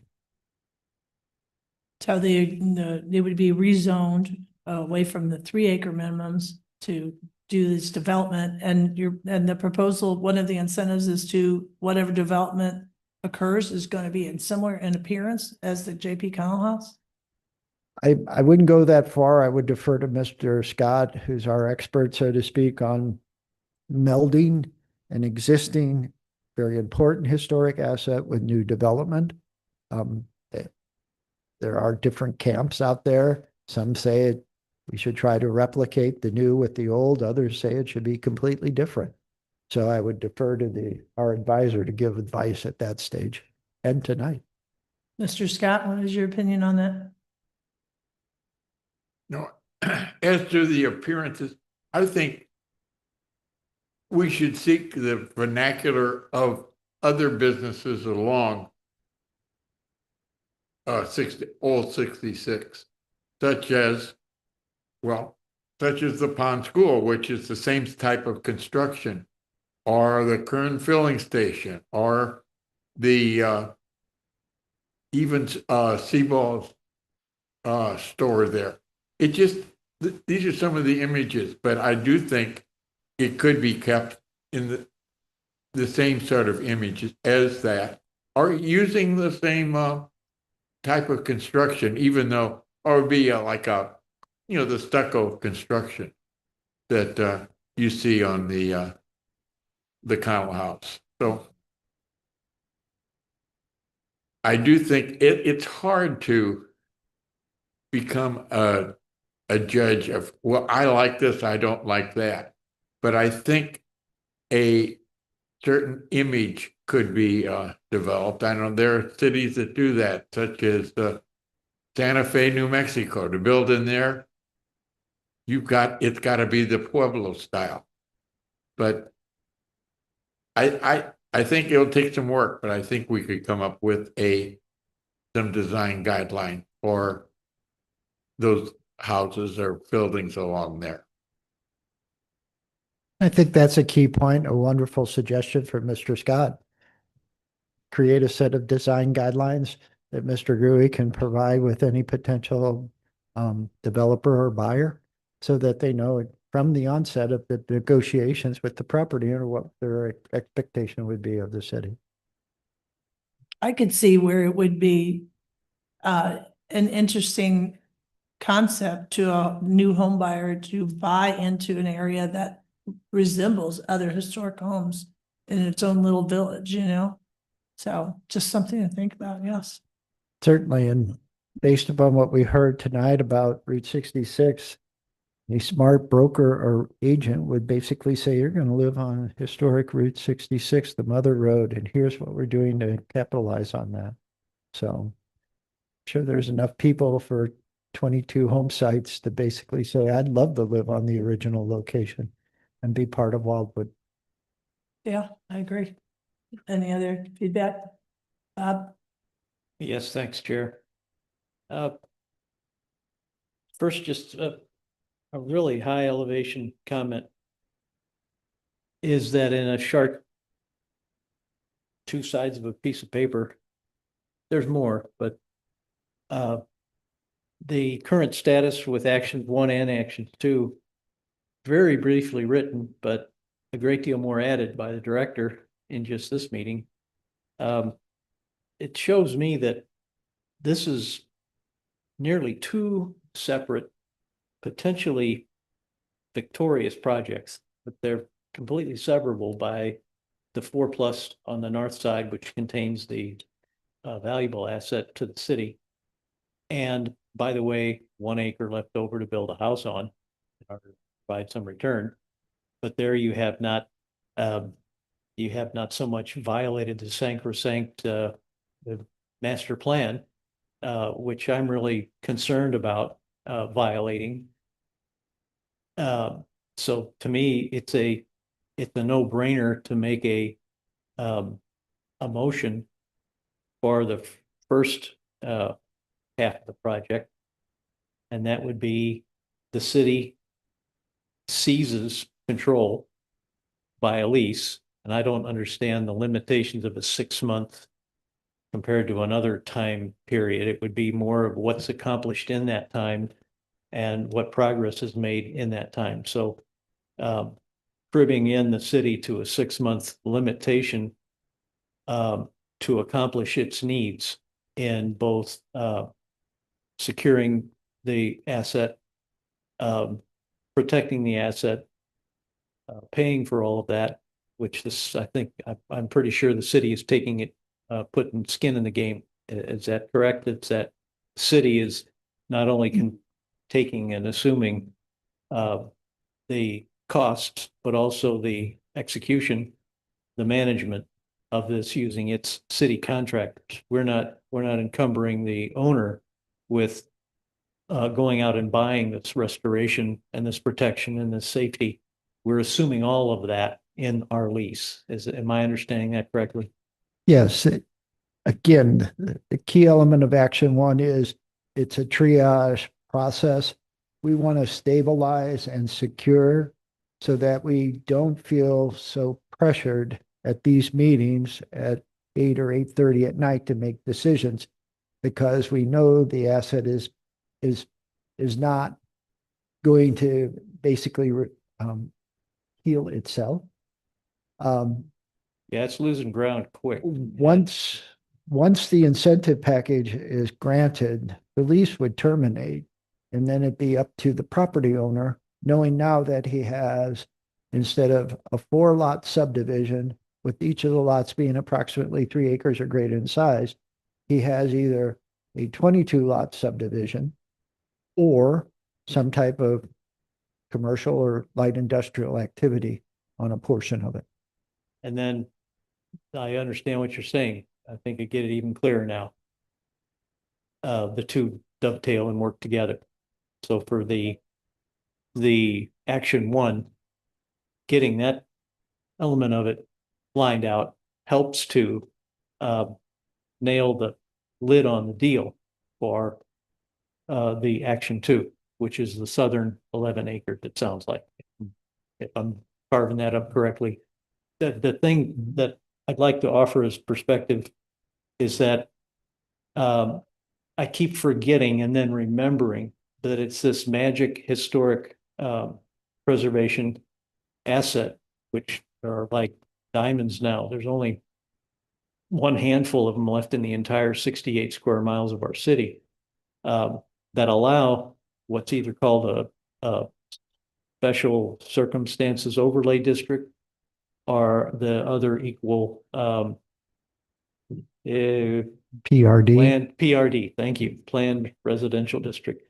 And that's the out that the city has to be able to show its face in public for having violated the master plan in this instance by even talking about anything other than NU, much less R1A, R6A, or anything spaghetti. So that now lining out the qualifications and the agreements and the costs and the management and the durations of the northern 4 acres allows the owner to realize the potential for a return, which is what anybody buys anything for. So while I give up the floor eventually tonight, it would be that I don't care what they put, what zoning they get on the southern 11 acres. I just don't think that the residents that surround that property who relied on the master plan in their purchase and in their deciding to live with the quality of life that master plans provided for them, they have a right to deserve continuation of that. So just one errant, flighty idea is provide that R1A all day long, because the historic aspect of this asset permits that. And for only 3 or 4 or 5 more places in the whole city, and then we're done with that. But I don't want to see it. I don't want to know that it exists. I seriously don't want any residents surrounding that property to ever drive by and know what's in there, in that 11 acres. It would either be bringing in 18-inch caliper conifers, planting them up in a row. It would be either using the existing vegetation that's already there. It's already providing a very effective mask around that perimeter of Old Manchester down to the wedge at 100, and then following 100 back up again to St. Albans. It's a vision of how to make a raving success out of this property. Both the Action 1 portion and the Action 2 portion. So if we get that amount of cooperation from the owner, and we are allowed to seize control of that building, not through ownership, but through management and safety and protection, I got a winning deal that I'm not going to try and speak for the members of the council, because 3 of them are going to be brand new, coming into the new 2-year term.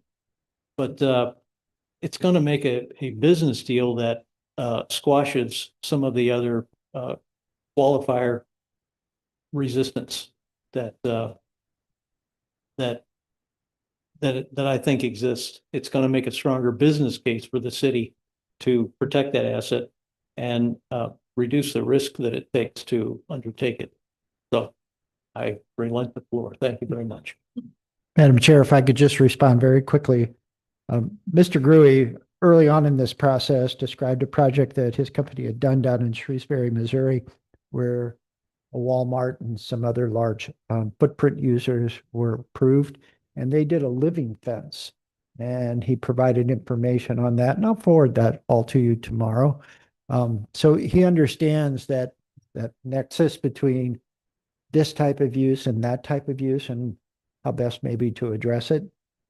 Secondly, if you really want to go back in history, and that between 1948 and 1965 in this area of St. Louis County, the minimum lot area was 1 acre.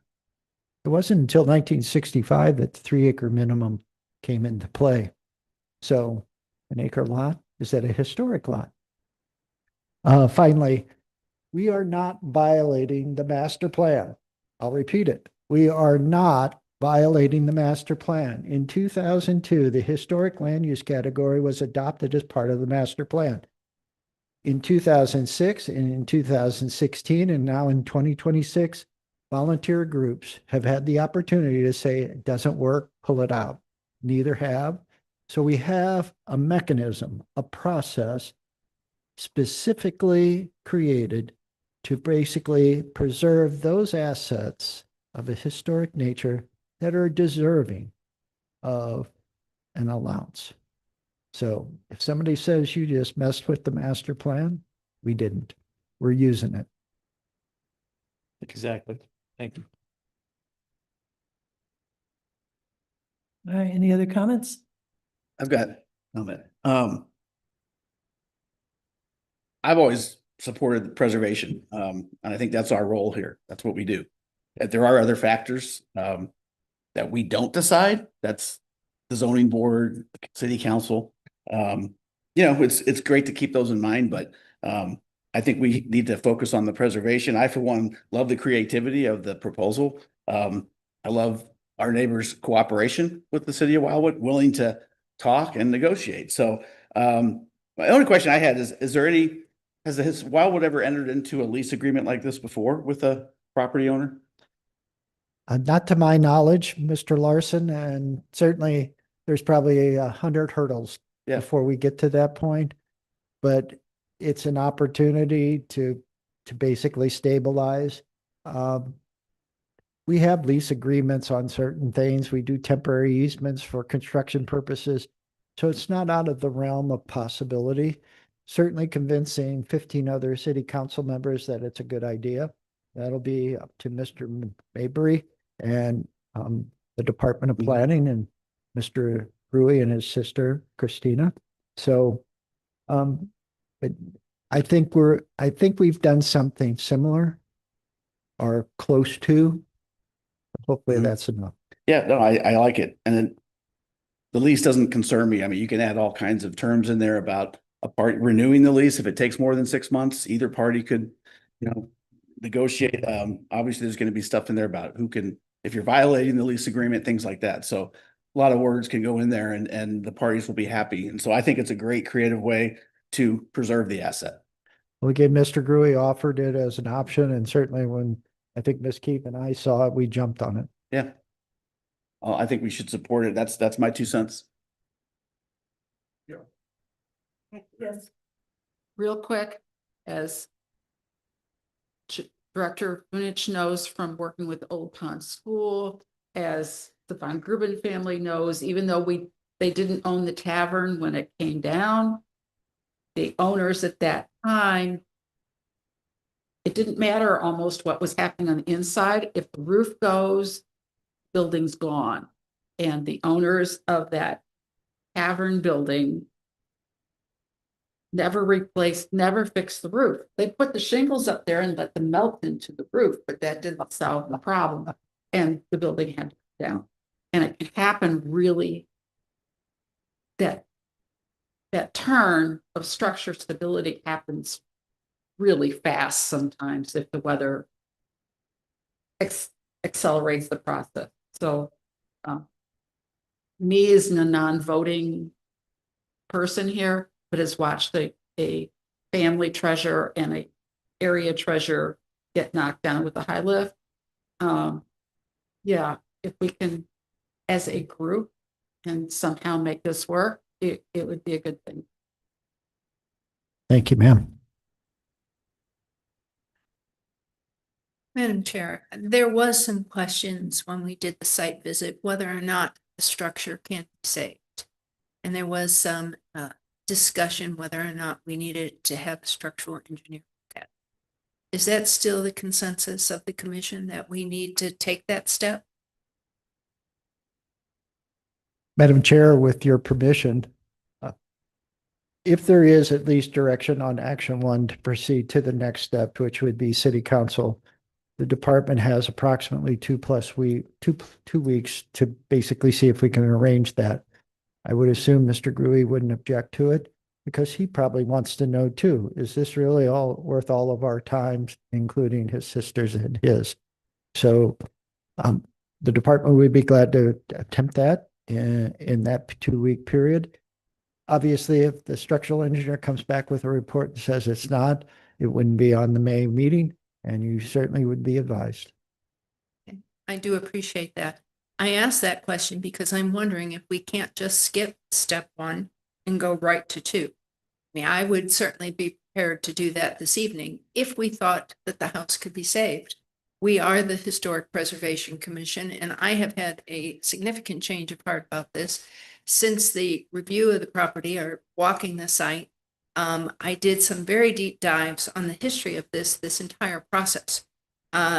This is not just a question of Mr. Gruey coming before this commission since January. This entire issue has been plaguing the Historic Preservation Commission going back to 2021. It needs to come to a close. This house is not going to stand there forever waiting for us to make a decision. And I think both proposals are very good. I actually, believe it or not, am in favor of more of the light commercial, believe it or not.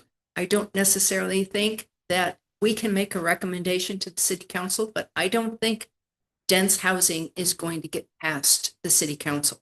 But I think if city council themselves are offered the opportunity to walk the property, it's suitable for light commercial. It's well shielded, even with to the people who built the $1.5 million homes right directly across the street. It would be completely shielded. And if they are good neighbors like the Kelps, I see no problem with that. And I say that as a neighbor down the street. So I'm sorry if some of you feel differently. I know that some don't necessarily want this, either residential or commercial in that area. But if your decision is not to approve either, then you've made the decision that the house should not be preserved. And we just need to be frank about that. I couldn't agree more, Commissioner Bermejo. Regardless of if you believe in what's being said by the department and what's in memorandum, I appreciate that. If you don't, and you feel it's just too far to go, then I think we owe the Gruys that action as well. Then they know the next steps in the process, and certainly we can get to those next steps as soon as possible. Again, I think from the department's perspective, the incentive package, it's a tough nut. But at least tonight, at the very least, let Mr. Gruy, Ms. Keefe, and I work on that lease agreement, on the stabilization of the house, on the structural engineer's visit. Let us get to that stage, and that's action one. Yeah, Chair. Quite a remarkable statement. It's not like you went to the dark side, Commissioner. Just looking for any opportunity, no matter how crazy it sounds, that meets the two together. Saves that house, which it's being encouraged to deteriorate to the point where it can't survive. We have to stem that and flip it quickly, as you said. The other is just the point that the financial return has to be there in order to have the owner put up with anything we're devising or proposing. Like commercial, wonderful. I just think the residents have a right, a legal right even, by what they've seen in the documentation that the city's developed over 30 years. They've got a right not to see it, not to know that it's there. It can either be an attractive 11 houses. No, it can't. It has to be 11 divided by 3. It can either be 11 divided by 3 houses that they can see, or it can be 22 they can't see, or it can be a Walgreens they can't see. It can be anything they just can't see. Guaranteed they can never see it. Not as much worried about 100, but from Old Manchester roadside, that's 2 of the 3 sides of that 11-acre triangle. They just can't ever know that it's there. It has to be completely 100% screened, even if you have to pay to have trees planted there. And Mr. Mabry, I think that's the goal of Mr. Gruy. As I mentioned, he provided information early on about this living fence that was done in Shrewsbury and very effective. I'll send you that information tomorrow, what I have on that. And I think the goal of the department, as well as this commission, would be, if we are going to kind of break pattern, we should only do it if we can provide a high level of assurance that what they see isn't necessarily something that would cause them to regret being in Wildwood. And so from the department's perspective, we would do everything we can, and I believe Mr. Gruy would as well, to ensure that whatever is there is well hidden, architecturally appropriate for the purpose, and certainly an asset to the community at the end of the day. All right, Joe, Mr. Hensick has a comment, and then Mr. Gruy would like to take the microphone for a moment. Kurt. I think Especially mad and turn off. First up, really. Start living here, don't look at. Later.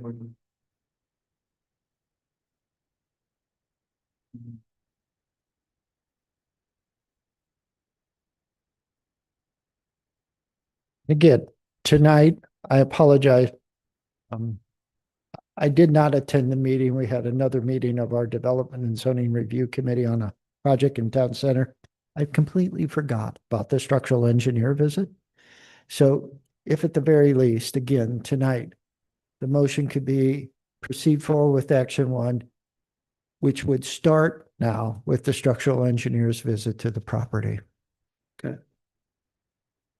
You put it in the motion. That would be a form of the motion. If you wanted to wait on action two, again, Mr. Gruey will be at the microphone here in a second, but I believe he, as well as us, want to know, can it be saved? I think it can, knowing what we had at Old Pond School when we started that project back in 2004, 2005.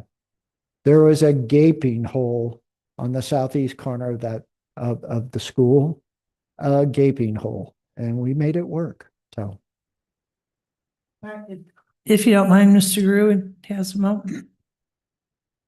And if you can make it brief because we are running late. I didn't plan on speaking. I would have never dressed this way.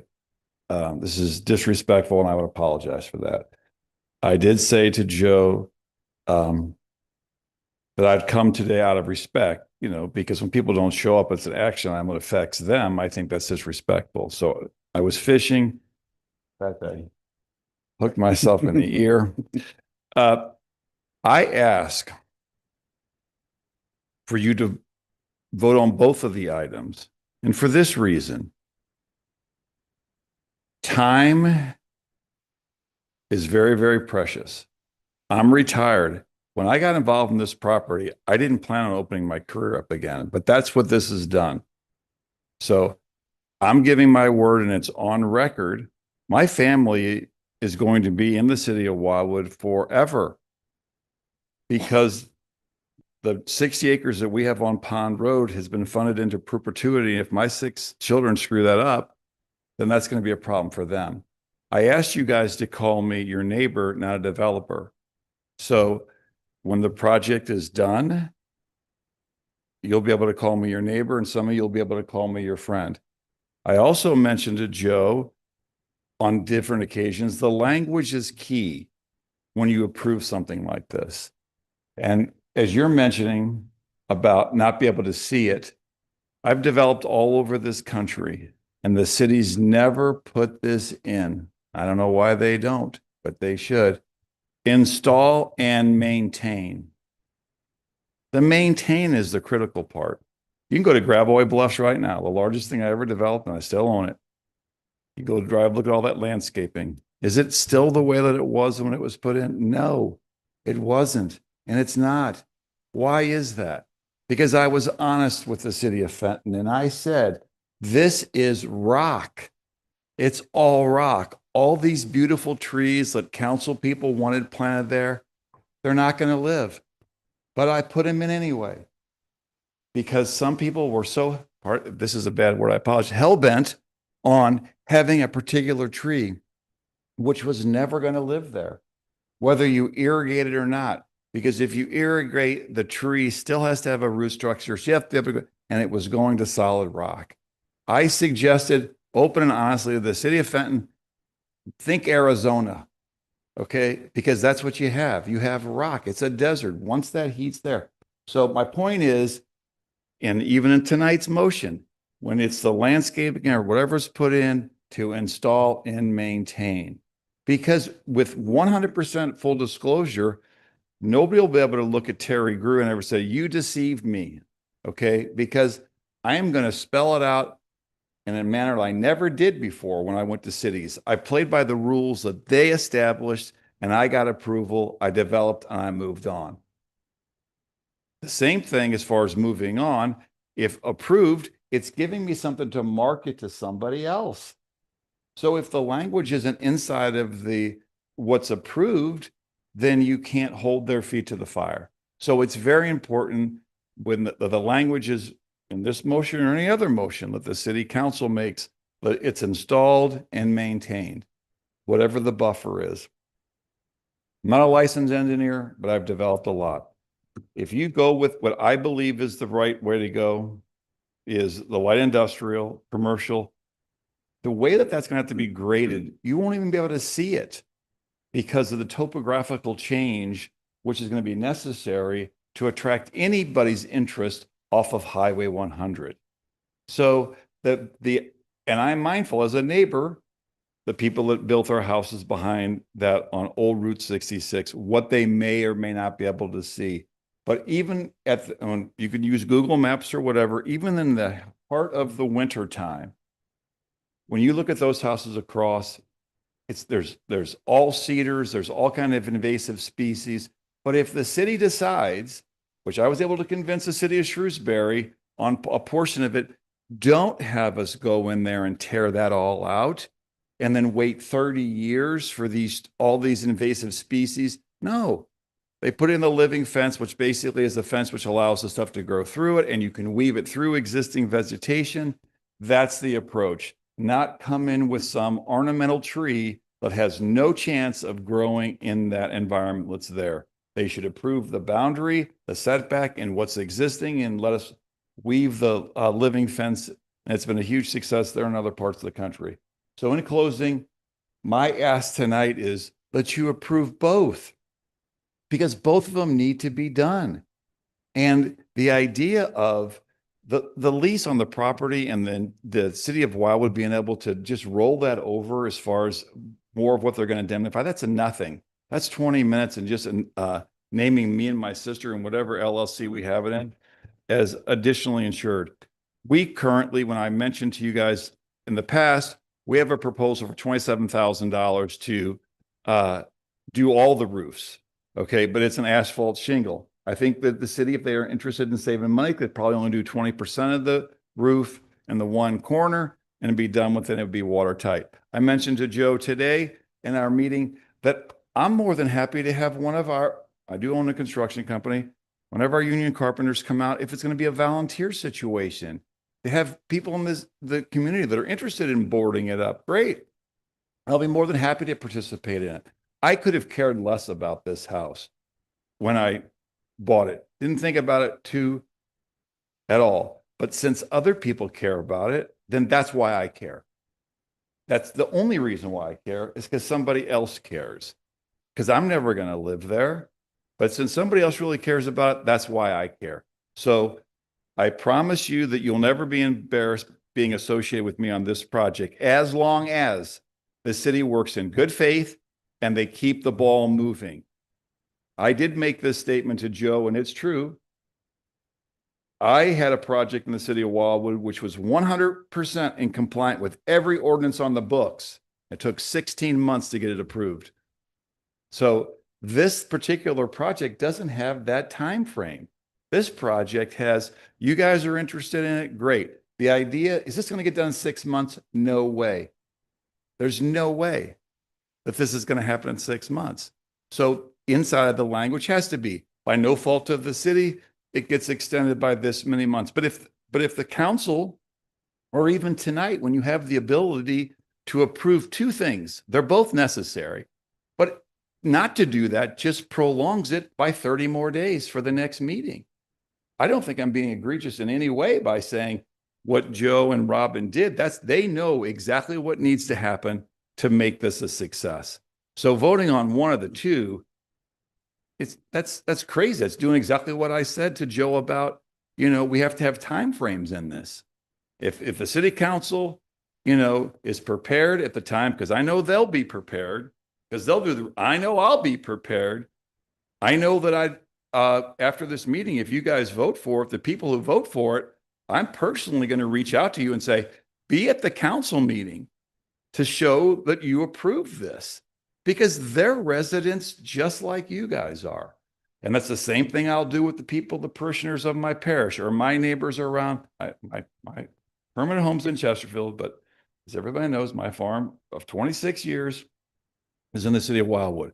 I will be an advocate for making sure that this is a success. So Chair, please. a question as the speaker wraps up. Sorry to have interrupted you. A question for the speaker.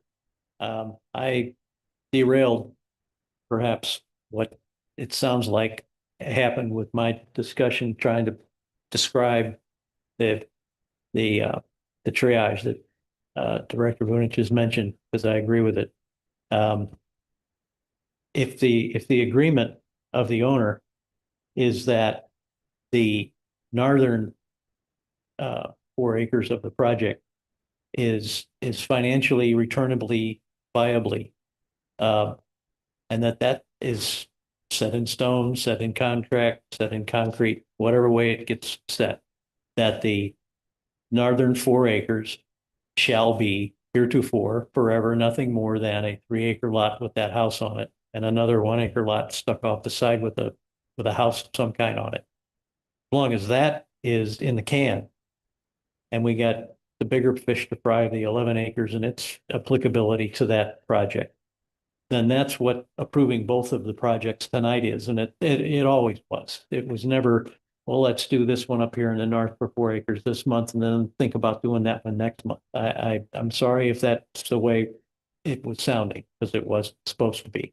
But as long as we've got that northern 4 acres in the can and it's the done deal and it's waiting to go to press, then we can approve 2 and further explore that between the owner and the director of the department.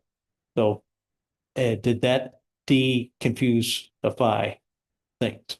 That we are, in fact, making a motion to proceed with the 2 things. Okay. Not just the one of anything.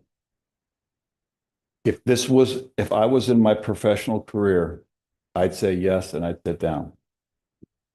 But because it's so important to me that there is no hide the potato, and this is 100% transparent, I'm going to address, since you said something on the record, which I think is very important.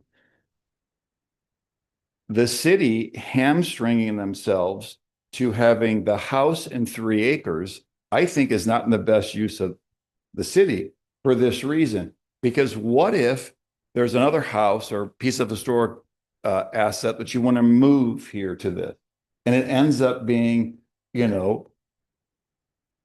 JP house, this person's house, all on this compound that you have. Does that make sense what I'm saying? Instead of it saying that we're going to go forward with the house and 3 acres and that's it, I think the city should, keep their flexibility and say a minimum of 3 acres is going to transfer with this house. What the city decides to do with it is their business. Does that make sense? The goal of the city of Wildwood is not to build another miniature Faust Park on your property. I don't think anybody's idea is to go and cart a bunch of old structures, because there's only 4 of them left in the city, from what I understand. If we wanted more than that many structures, we'd have to go to some other surrounding municipality and steal their old buildings. So I don't know, I'm not understanding what that is miring down what we're talking about tonight, if we want to hold more old buildings over to that 3 acre. I just use that as an example. Another example would be the Greenway, a bike place for a watering station with, a place where you can park and picnic and whatever. But when the terms are, and I'm hearing, because I was always held to what my words I said in any type of a public meeting, I was held to those. So if I'm just sitting here saying, okay, a house in, the 3 acres and that's it, great. But I know that in just the evolution of the city, I had the property before the city was incorporated, and how the city has grown and changed and whatever, I never would have thought that the bike trails would be as popular as they are today. But if there's a possibility for this property to benefit the trail network in some way, I would think that the city would want to have that flexibility and put it inside of the language which they're talking about. So if it was me, it would be anything that the city deems necessary to benefit the community at all, instead of it just being rigid to the house and the 3 acre set aside. That's all I'm saying. Because I'm going to be very specific about what I'm saying, you know, throughout this whole process. So I just, whenever it's beneficial for the city, like I said, with the and maintain, I'm saying the same thing. Flexibility the city should have to do something, you know, that may be for the whole city's benefit down the road, which we can't even imagine today. The city will, in order for me to either make or second the motion and to support this project, it will be that the O'Connell House will sit on a 3 acre lot, which conforms to non-urban zoning. And that whatever the city does with that 3 acre lot and that O'Connell House, which I've repeatedly heard is going to be eventually turned over to the city by the owner. That's the part of the deal that's in the can. We can make a watering station off to the side, retrieve a parking space or whatever it's going to take. But that's not really even supposed to be clouding up tonight's meeting. So the non-urban zone property of 3 acres that the O'Connell House is sitting on will be a 3 acre non-urban zone lot that the O'Connell House sits on. What the city does with it in 100 years, whether they make whatever they do with that 3 acre non-urban zone property with the O'Connell House sitting on it, not up for discussion or argument or anything. It isn't. So we can increase the confusion. We can cause more triaging than what's even on the plate. I don't see the sense in any of that exercise. They're not taking any flexibility or control away from the city, either tomorrow or down the road, by providing a non-urban zone 3 acre lot that the O'Connell House sits on. It maintains the least vestige of the non-urban zoning that the master plan calls for, just in that one little 3 acre plot with that one old house on it. So Commissioner Mabry, may I ask a quick question? Yeah. Excuse me, Mhm. Madam Chair. So what you're suggesting, if I understand you correctly, that we vote this evening, or there be a motion, to approve the 3 acre lot for the house, and then allow the Mr. Bajunits and Ms. Keefe to continue the discussions with Mr. Gruey about the remaining 11 acres? Is that correct? It's that simple. And then also at this point, approve pursuit of the lease to maintain the property.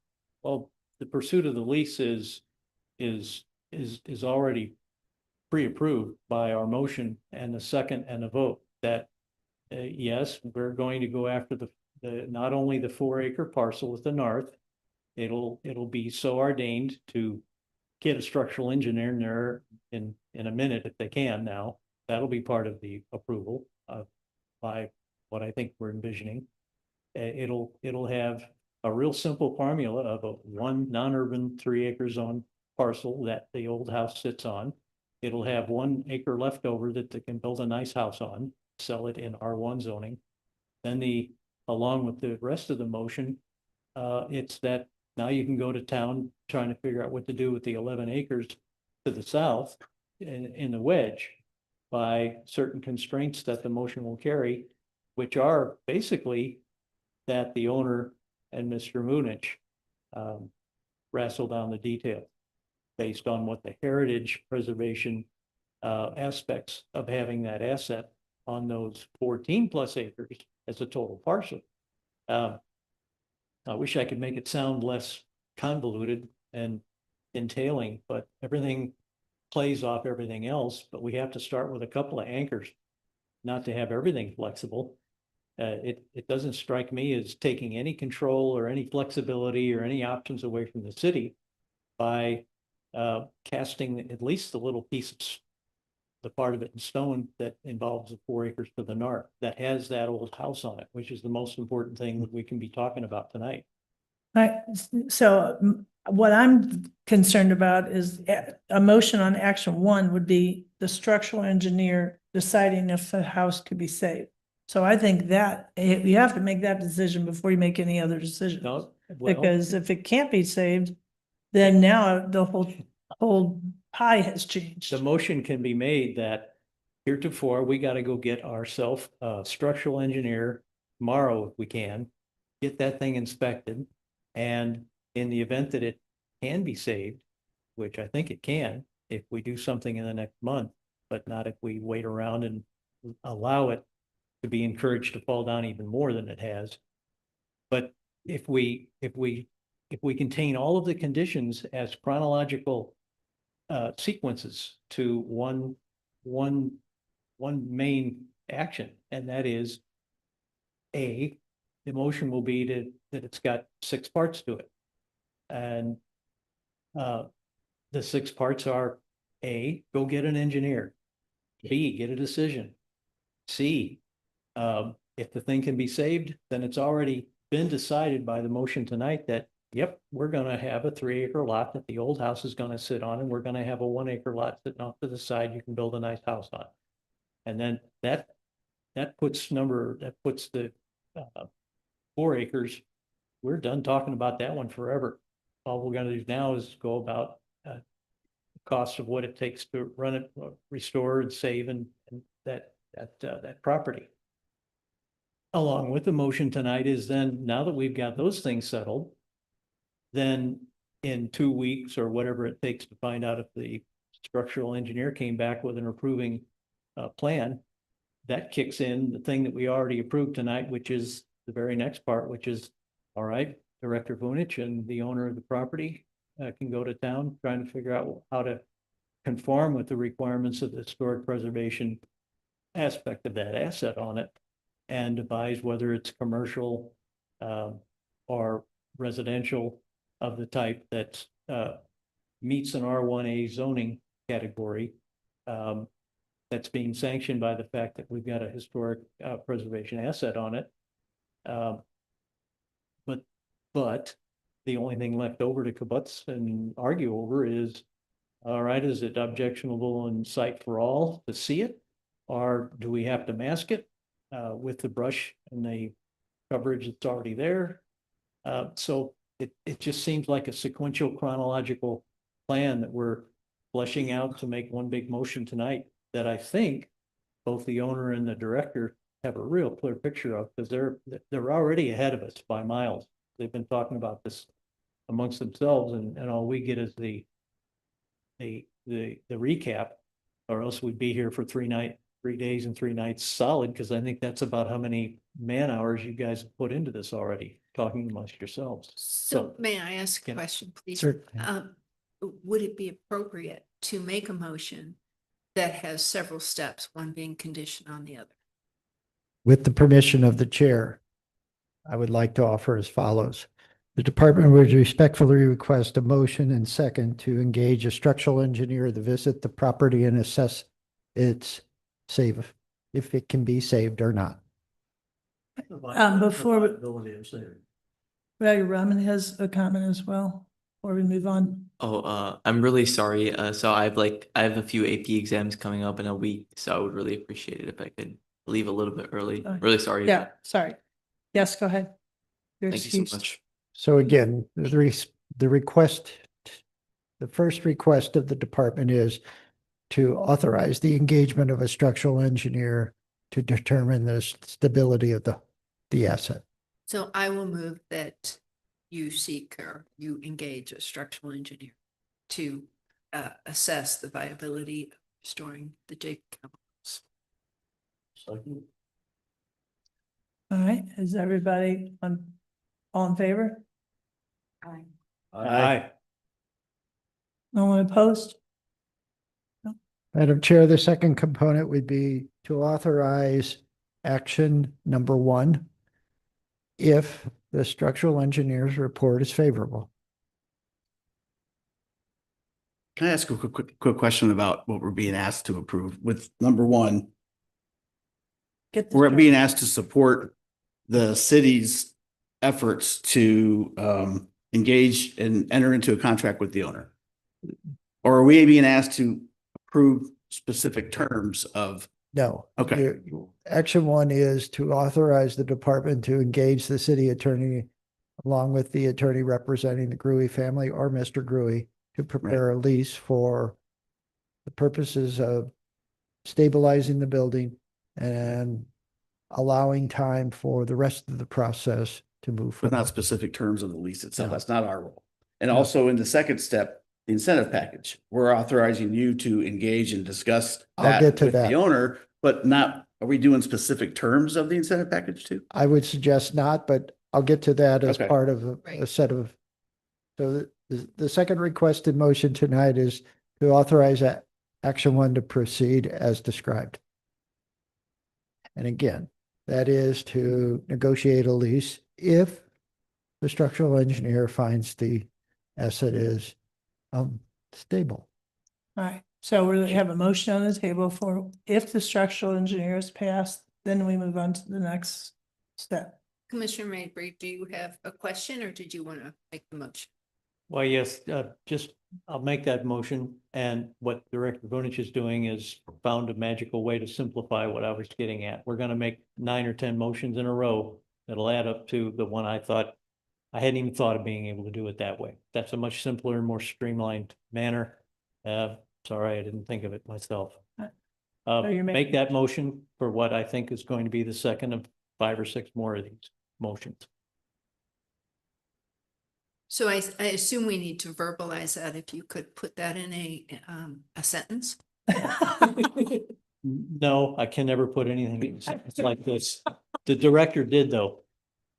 The director, Let's let Joe put it in a sentence. To Can the restate, director the repeat? department would respectfully request a motion and second, which are, I believe, on the floor, to proceed forward with action number one, premised on a favorable report from the structural engineer. I think we already. I'll make voted that on it. motion. Yeah, all right. If no one else. Is there a I second? had, but that's fine. Okay. We have a second? I'll make a second. Okay, anyone opposed? No, all right, that's passed. Oh, well, Next motion but we're voting approval, not. of just the structural part. Yeah. This is one part. Now who's gonna do another part? Actually, the structural engineer component was a separate motion that's been approved. This is Okay. for action one. Okay, Assuming a positive report from. the Exactly. structural engineer. right, Yes. That motion's on the table. I think we've got that. And we Yes. could have a second Mhm. as well. yes, Yes. Second. Okay. So we just need a voice vote now. all right, All in all favor? in favor? Aye. I Okay. All right, Next, next, The third motion the department would respectfully request is to proceed forward with incentive defined as if residential, the 4-acre or so portion of the property be designated NU non-urban resident district and R1 1-acre resident district to accommodate a 3-acre lot for the JP Connell House and the remaining portion of 1-acre lot for future residents. be glad to motion. all right. No. Mr. Maybe's motion, second, I'll second. all right, all in favor? Aye. Aye. The fourth motion is to address the overall components first, and those are the waiver to fees, as well as the traffic generation assessment and the architectural requirements.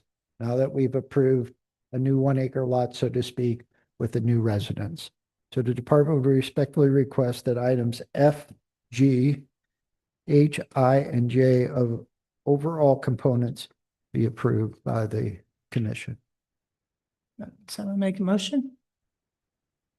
I don't want to hog the floor, but I'll make the motion. All right, I'll second. all approved? Aye. Aye. And the last motion the department would respectfully request is on the remaining 10-acre portion of the 14-acre site, that authorization be given to negotiate with the property owner some type of commercial or light industrial use that would ultimately return to the commission, this commission, for final action. A clarification question only is that I thought I heard only the components of commercial or industrial. But that lines the owner out of the option for a residential of acceptable quality or quantity. Well, I'm not at, as much as I want to save JP Connell House, I'm looking at the 10-acre portion, and I think it's time for the property owner to tell us what she prefers. I don't want to give residential. I don't want to give light industrial. I don't want to give commercial. Basically, I don't know. I think we need to narrow it down, and that's the negotiation part. And it could include residential, certainly. So let me rephrase. Motion 5, to authorize the department to negotiate with the property owner relative to the 10-acre site and the potential use of either residential, light commercial, or industrial. That's perfect. It includes all opportunities for exploration of solution. Sure. That's what I was after. That's motion 5. I'll make that. All right, second. Oh, second. All right, all in favor? Aye. That's passed. Thank you. All right. Thank Thank you. Oh. Thank you, Ms. Green. May I say something here? I just want to address the commission. When I said light commercial, one of the reasons why I said that is because I monitor the responses every time there's a new development, and density is just such a major issue, even within town center. It's just more and more opposition. And if you think people are opposing density subdivisions within a dense area, one that's zoned for that, what do you think they're going to do when you start coming out 100? Actually, I think that property is more suitable for light industrial because you're also likely to have less traffic. Imagine the traffic. Now, are you from talking more 22 like you're saying a gas station or a Walgreens or something? What do you say? Light industrial could mean, it could mean a small office park. It could mean the extension of kelp across the street, needing more property to, it could be a small storage facility. Again, the topography lends for having that all screened in, but it's certainly a lot less traffic than having 22 homes. And I like the discussion, but that's not for us to decide. Right. It's going to be an argument or a discussion with No. the zoning board and the city council. Per motion 5, Ms. Keefe and I will meet with Mr. Gruey and whoever other representatives he would like to have in the discussion. And we'll figure out what, maybe there's a hierarchy of uses. This is first. If that doesn't work, this is second. But I concur. That's why my misstatement was commercial, like light industrial or some type of commercial activity. I think that's easier to tolerate given the conditions of the property. 3 frontages, one of which is Route 100 and the other being across from Kelp Contracting, which under our master plan process is actually probably going to be memorialized as is versus a variance from our Board of Adjustment giving them the status quo. And to also echo Mayor Garitano, the city does not really benefit adding more and more houses. It's nice to have more neighbors, yes. Well, in some areas, I suppose. But certainly we need more revenue. And we don't necessarily get that revenue from homes. We get it from commercial. So it has to go somewhere. Yes, with our capital improvement sales tax, commercial works better for us. We're a pooled city, so residents help, but it all goes into the pool and gets redistributed, so. And Done. you are correct. That is not our decision, but I wanted you to be aware that those were some of the factors that I considered in the time that I had to reflect on this since having seen the house and knowing that we needed to come to a decision that this cannot go on for another 5 years. Yeah. And it's a good discussion. Correct. All right. All right, any other matters of consideration? We are going to ask about the reprint of the Wildwood Yes, history book. Chair Kordernick, I was going to ask Ms. Von Gruben if she wants to give this update. I'll give it if you want me to. Yes. I understand. It's been a long night. We just wanted to give this commission a heads up that Ms. Von Gruben was contacted not so long ago by a lady who is publishing her own book. And she writes, Dear Jill Von Gruben, thank you for your work on the book, Celebrate the History of Wildwood, Missouri, which was introduced to me by Ellen Reichert. Through your research and writing, I have gained a much clearer and deeper understanding of my ancestors. I am the daughter of William P. West, the granddaughter of Georgia Madison West, and the great-granddaughter of Elijah Madison Jr. For several years, I have been researching my family history, and the information I found in your book has been extremely helpful and deeply meaningful to me. The care and dedication you put into preserving this history is highly appreciated.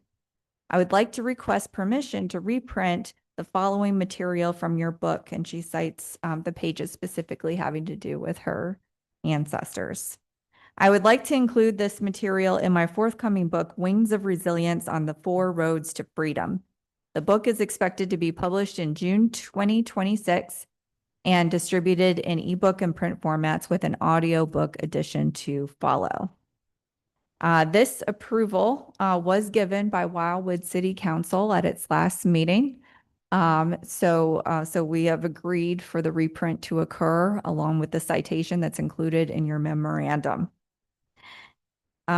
She is deeply grateful for our generosity, and she says, your scholarly contribution, particularly your documentation of my great-grandfather Elijah Madison, along with Stapleton Madison and others, adds a powerful and authentic dimension to my family's story.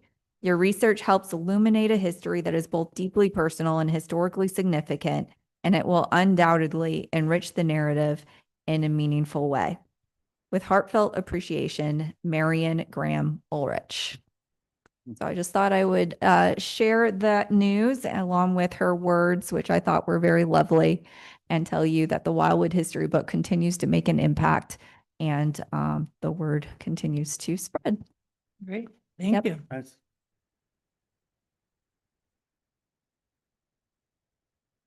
All right, so our next meeting is on May 28th, our normal meeting date.